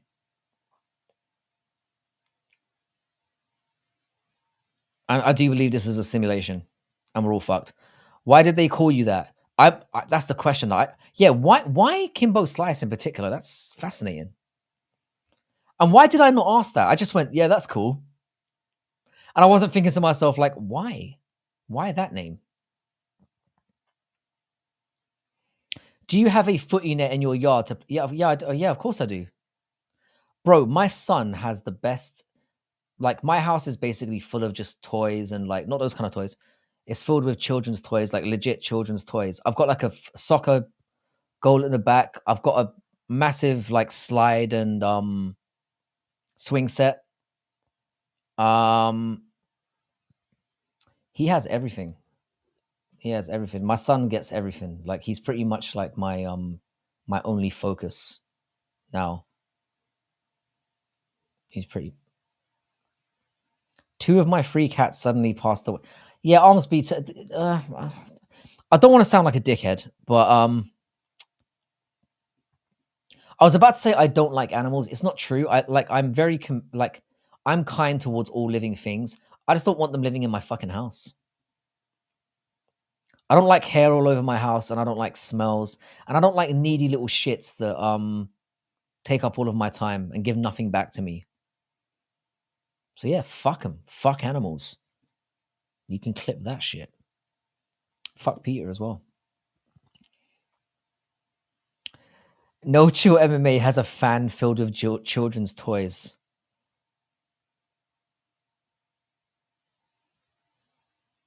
There's a few other people I might suspect that might legit have that going on.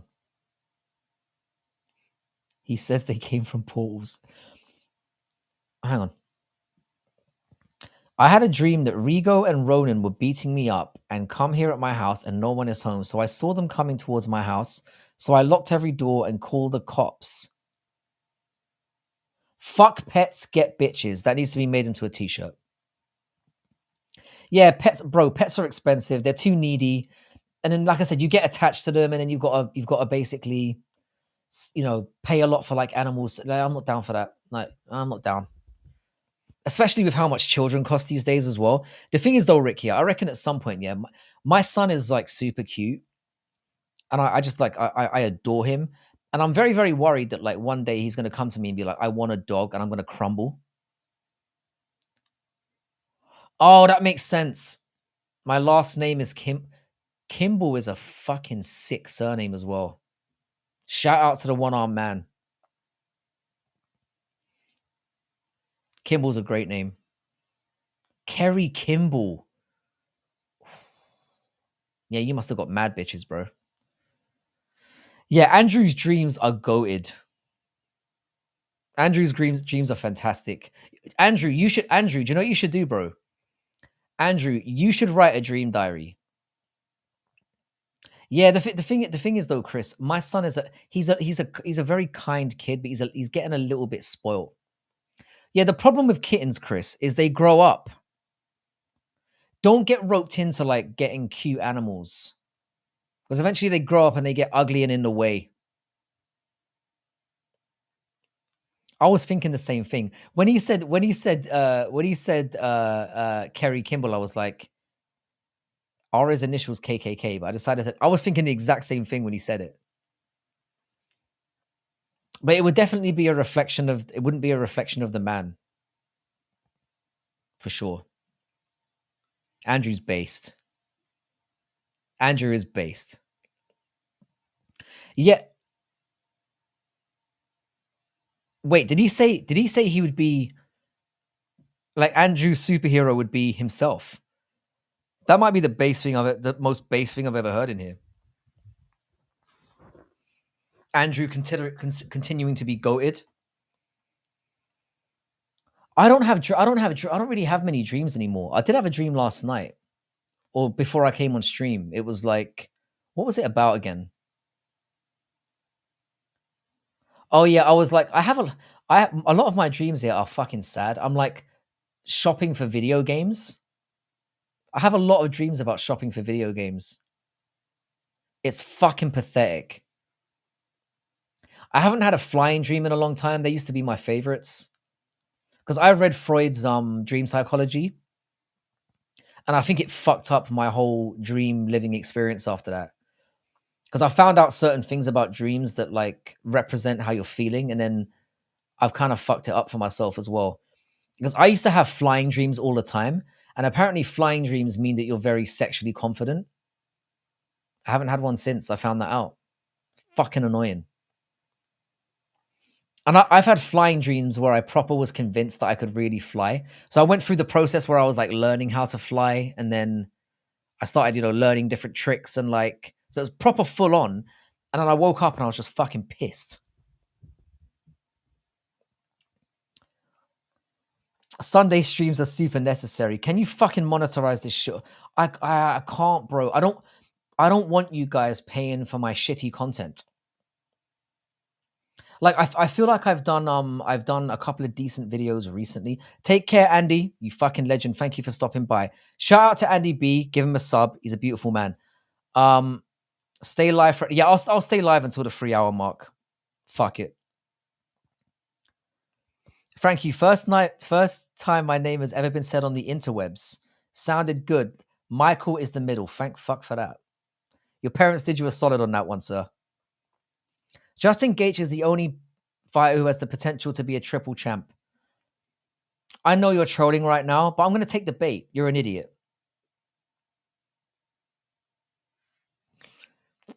You Justin Gaethje dick rider.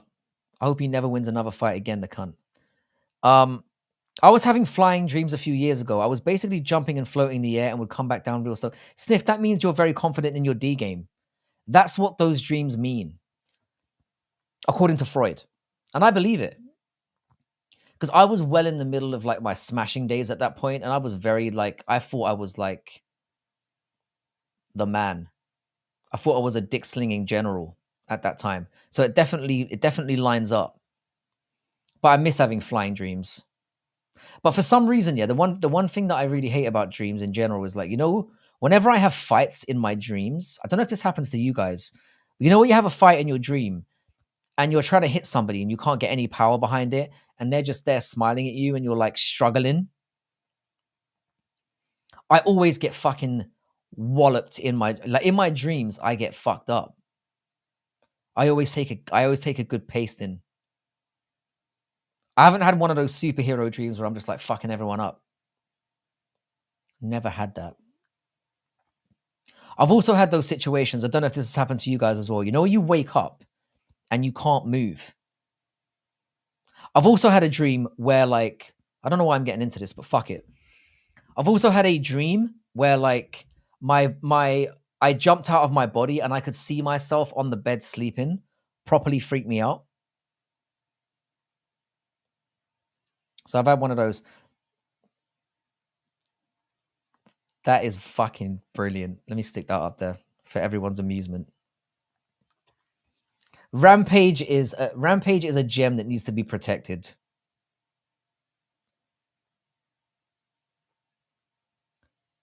I would take a dream off your mind. I never dream much. Yeah, I mean, I sleep paralysis. That's exactly what happened. Westy, I also think that it could be. I also think it could be like that you're not really awake, but you think you are. So you've basically got a screenshot in your mind of the last thing you saw before you fell asleep, and then you're just like, the reason why you can't move is because you're still asleep, if that makes sense. I do miss a good dream. I wrote a script when I was in college about that very thing.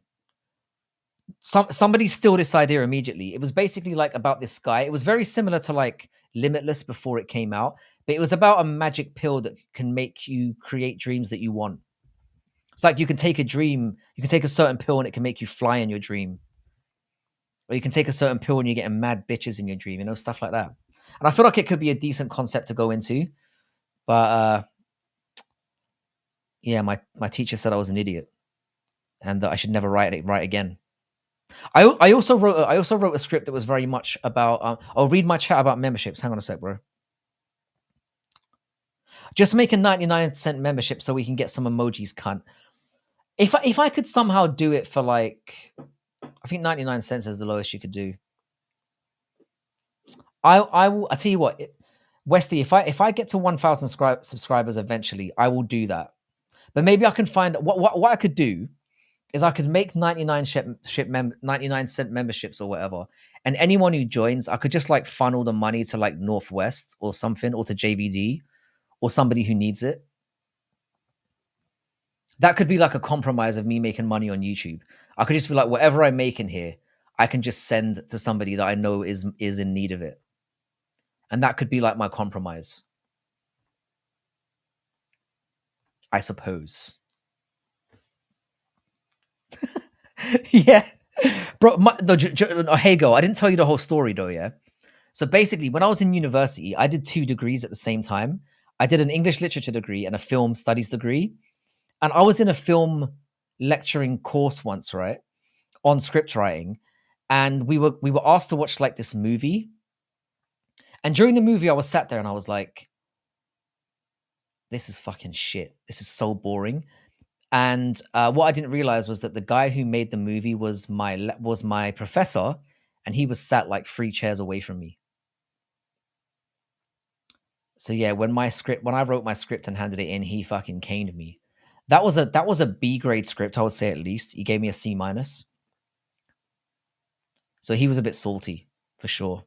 And rightfully so. I basically shit all over it. Like I was like, what is this movie? I was saying very loudly, what is going on in this movie? This is shit. I don't know what's going on.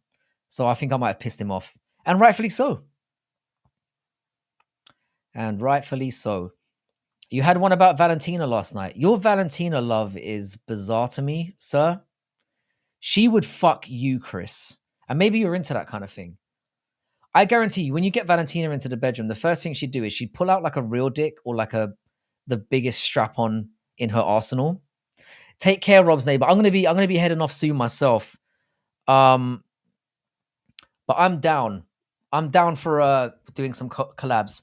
I'm gonna shoot you a DM in the Discord, because there's like a 30 or 60-second clip that I need from you that I'd really appreciate. But I'll give you the information before I head to bed. Yeah. Hey, girl. He was fuming, man. He was fuming. It was so cringe as well, because like I didn't realize it until like he looked really pissed off and I couldn't figure out why. And then the worst thing was, yeah, one of my friends was with me and they knew that it was his movie and they just let me cook. And they didn't tell me until after so they didn't help me to salvage the situation. Like somebody could have whispered in my ear and been like, hey, listen, man, it's his movie, And then I could have 10 minutes later, I could have gone, oh, this is genius. But no, I just cooked myself. He was fucking pissed. He was genuinely pissed. If you do memberships for charity, you should do multiple tiers. The only issue that I have with it, Westy, is the fact that YouTube takes such a big percentage. But I guess it's the cost of doing business, because obviously you're on their platform, so they should get a percentage of it. I get it. But that's probably what I'll do. If I reach I could monetize now, but I've said to myself from the beginning, I need to get to 1,000 subs first, and I need to be putting more effort into my videos. And the last 2 or 3 videos I've done have been I've been relatively proud of. By the way, guys, I'm just going to give myself a little shout out. There's a video that I'm exceptionally proud of, somewhat proud of, that I am desperately trying to get to 1,000 views. And so far, it's on nearly 900. So if I could get this one pushed up to 1,000, I'd be very grateful. Hey, Go, I'd love to know your opinion on this video as well. It's one of my Taz. Have you have been around for a while? That's you've been here since like 10 subs. That's bullshit. But you have been around for a little while. In fact, Taz, yeah, I forgot, yeah. I need to respond to a comment you made on my. I keep seeing it on my I keep seeing it on my list, and I keep forgetting to respond to it. Where you basically call my friend a goon. Was it a goon or something like that? I need to respond to that comment. Ain't nobody clicking that. You're probably right.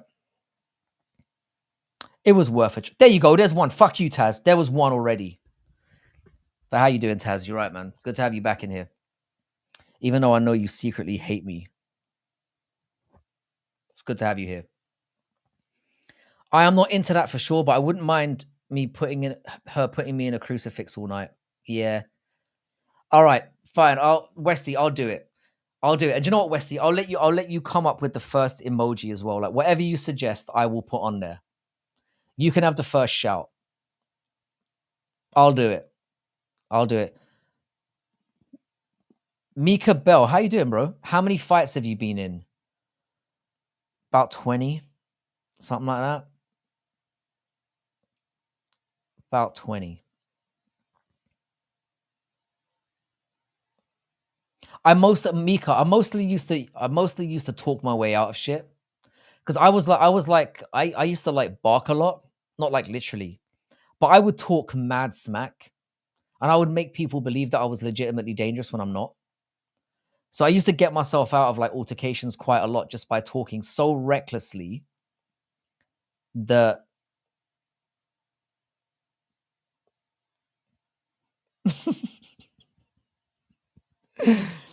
I appreciate that, Taz. I'm trying to be better every day, man. And I need your help, bro.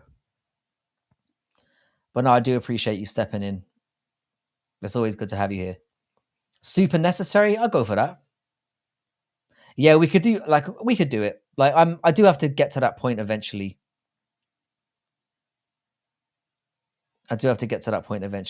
Justin Gaethje emoji. No. I'll do a Justin Gaethje emoji with him fucking face planted. I'll do that one. I'm down for that. I don't like Justin Gaethje as a man. But yeah, Mika Bell, to answer your question, I've been in a few. Like I grew up in London, so I've been in a few scraps. Thank you for stopping by as well. I think I've seen you in here once before.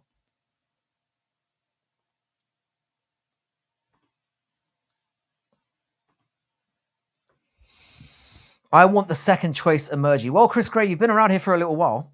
Of Valentina's forehead and denied. That rose and died so fast. I don't know. Like I'm gonna give it some I'm gonna give it some thought. We're definitely gonna have to have some like OG shit up in here because I want it to be that kind of channel. Like have some emojis of stuff that I just had a little brain aneurysm there. Yeah, Taz is a good dude.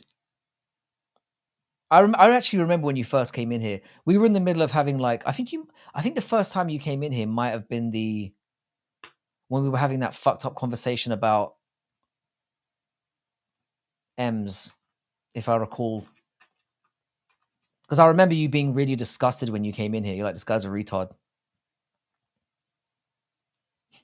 What did you guys fight over the last pot of tea? If you look in the corner there, Taz, there literally is like a porcelain glass of porcelain.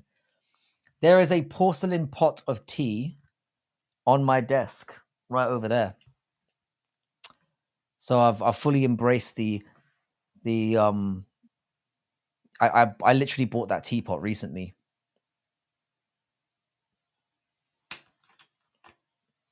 And I deliberately left it there because I knew somebody was going to bring up tea at some point.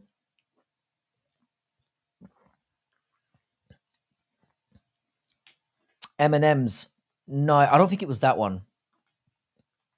It's when we were talking about really inappropriate shit about like little people. I think that's the first time that Taz showed up, and it was the first time that a couple of people. So literally, it was a bad day. So essentially, like Half of ITP's chat came in one evening, and we were in the middle of talking about some really degenerate shit, and I got like a very bad reputation after that.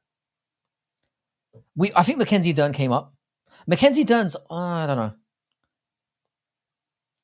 I've been saying sugar my booger nonstop for the past 5 minutes. Man, I fucking. I'm so glad you're still here, Sniff. I'm always worried that one day you're gonna I'm always worried that one day you're gonna live, you're gonna, leave for good one day. I fuck with it. I low key like tea.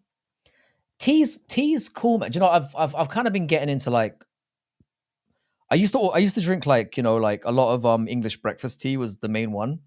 You know, the standard tea that you but I've been drinking like flavor teas and stuff now. I'm turning proper zesty, man. Chamomile. I like a good green tea as well. I'm getting older now. I just saw it was 17 minutes, so I'll finish it after the stream. You did a good job, smooth, interesting. Thank you very much. I kept like my videos. I've been working a little bit harder on them lately, but it was a good like collaboration one. No, not leave for good like die. I mean like I know you're not. I know you're not that fucked up. I mean go off the grid because I suspect one day you're gonna do it for real. What did Lane say? Instagram Chris. Okay, I've lost control a little bit here, which I shouldn't. Nah, Sniff, you're gonna Sniff. You're fully gonna be a 95-year-old on the porch, shotgun in hand, shouting obscenities at walkers by. You know what I'm saying? You're gonna be that grumpy old cunt who's they're not gonna get you.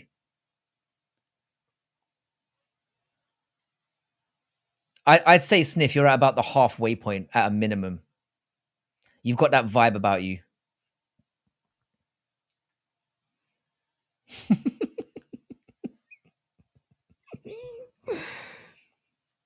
Sniff, I know your take on aliens would be very interesting. Although I can't tell off the bat if you like believe in them or not. I can see it going either way. Sniff, the impression I get from you, yeah, is that you've got no room for bullshit. You've got a pretty good yeah, Sniff's definitely gonna outlive us all. Chris is always bringing it, you know. Chris, I love you, man, but you're fucking with the wrong guy. Sniff is a known savage out here, and you're Canadian. No offense. I love you, man, but you're Canadian. Canadian, bruh. Canadian, bruh. I'm just fucking with you.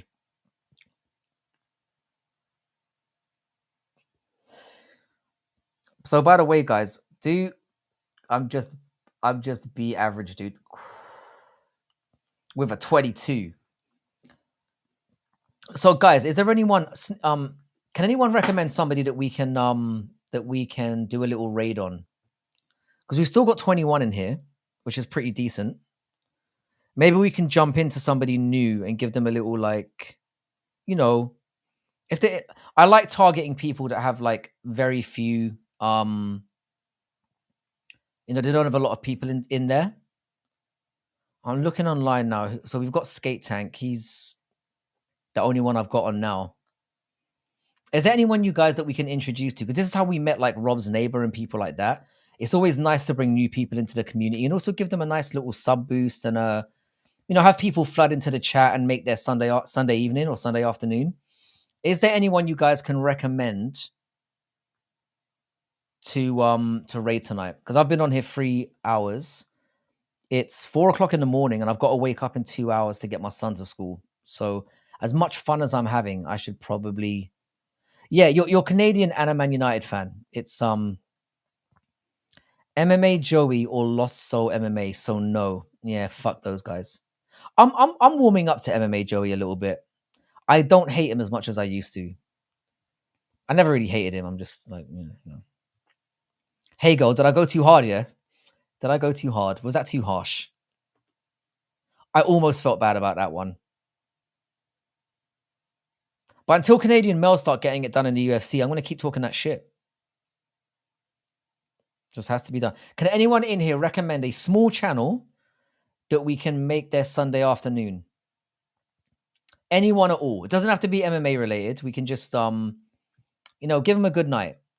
Because I've like I said, I've been there before where I've had done live streams and there's been no one in here, and it's fucking depressing. So if we can give somebody a little boost, you dive in, say what's good, give them a little shout out. I remember the first time it happened to me, and I want to spread that love. That love. Yeah, hey, I think Hagel's figuring out what a fucked up person I am. I feel like I've ruined it already, Hagel. I suspect it will be the first and last time that Hagel will be back in here. Oh, Sniff said swat Chris Gray. I mean, yeah. Fuck it. Chris Gray, to be fair, I love Chris Gray, but he's fucking asking for it. He's cruising for a bruising, as we say here in the UK. And I mean, Chris has got no defense for the Canadian soy shit we've been seeing. MMA Joey is just weird how I've never been in an MMA Joey live chat. Yeah, Westy, you've always been here. There was literally like a 1 month period where it was me talking to Westy for 2 hours. It was beautiful. And I still appreciate those days. It was a good time. Taz has a good channel. Channel? Oh my God. Taz, I think I'm subscribed to you, I'm pretty sure I am. Hang on a second. Let me just double confirm that, because I'm almost sure. Hang on a sec, Taz. Wait a second, bro. Let me confirm this. Because I'm sure I've shouted out your channel before as well. Oh, I'm in top chat. Why is Taz not appearing in my chat? There's chat. There you go, Taz. I'm subscribed to you, Taz, already. But let's give Taz a quick shout. If you could subscribe to Taz as well. The old days. Yeah, the old days, like 3 months ago. Chris Gray is C, walking on thin ice. Yeah, Sniff is Sniff looks like a dangerous person to fuck with. Yeah, hey go. It's been a pleasure having you in here. Like I said, I've seen you in a lot of chats before, and you're always good value for getting involved with the chat. So I appreciate it. So there's Taz's channel. If you could subscribe to him, I'd really appreciate that. Solid dude who's been in here for a long time. If we can't find anyone to raid right now, I'm probably gonna head out. I'll give it another minute or two for anyone to make some suggestions. If there's anyone at all, anyone who is on live, who is kind of cool, you want to show a little bit of love to, nice one, Lane, you fucking beauty. I can always depend on you for that. Because I can't see anyone online now apart from Skate Tank. I don't even think he's still live now. And he's not. He's already gone off. So not even he's on. So yeah, if you guys could suggest anyone to quickly fly over to, that'd be great. But yeah, the old days, you mean like, I'm a warrior? I need to go back and watch those one day. It's gonna be great. It's gonna be so fucking yeah. I'm worried about going back and seeing some of the stuff I've done live, because when you wake up in the morning and you're like, oh fuck.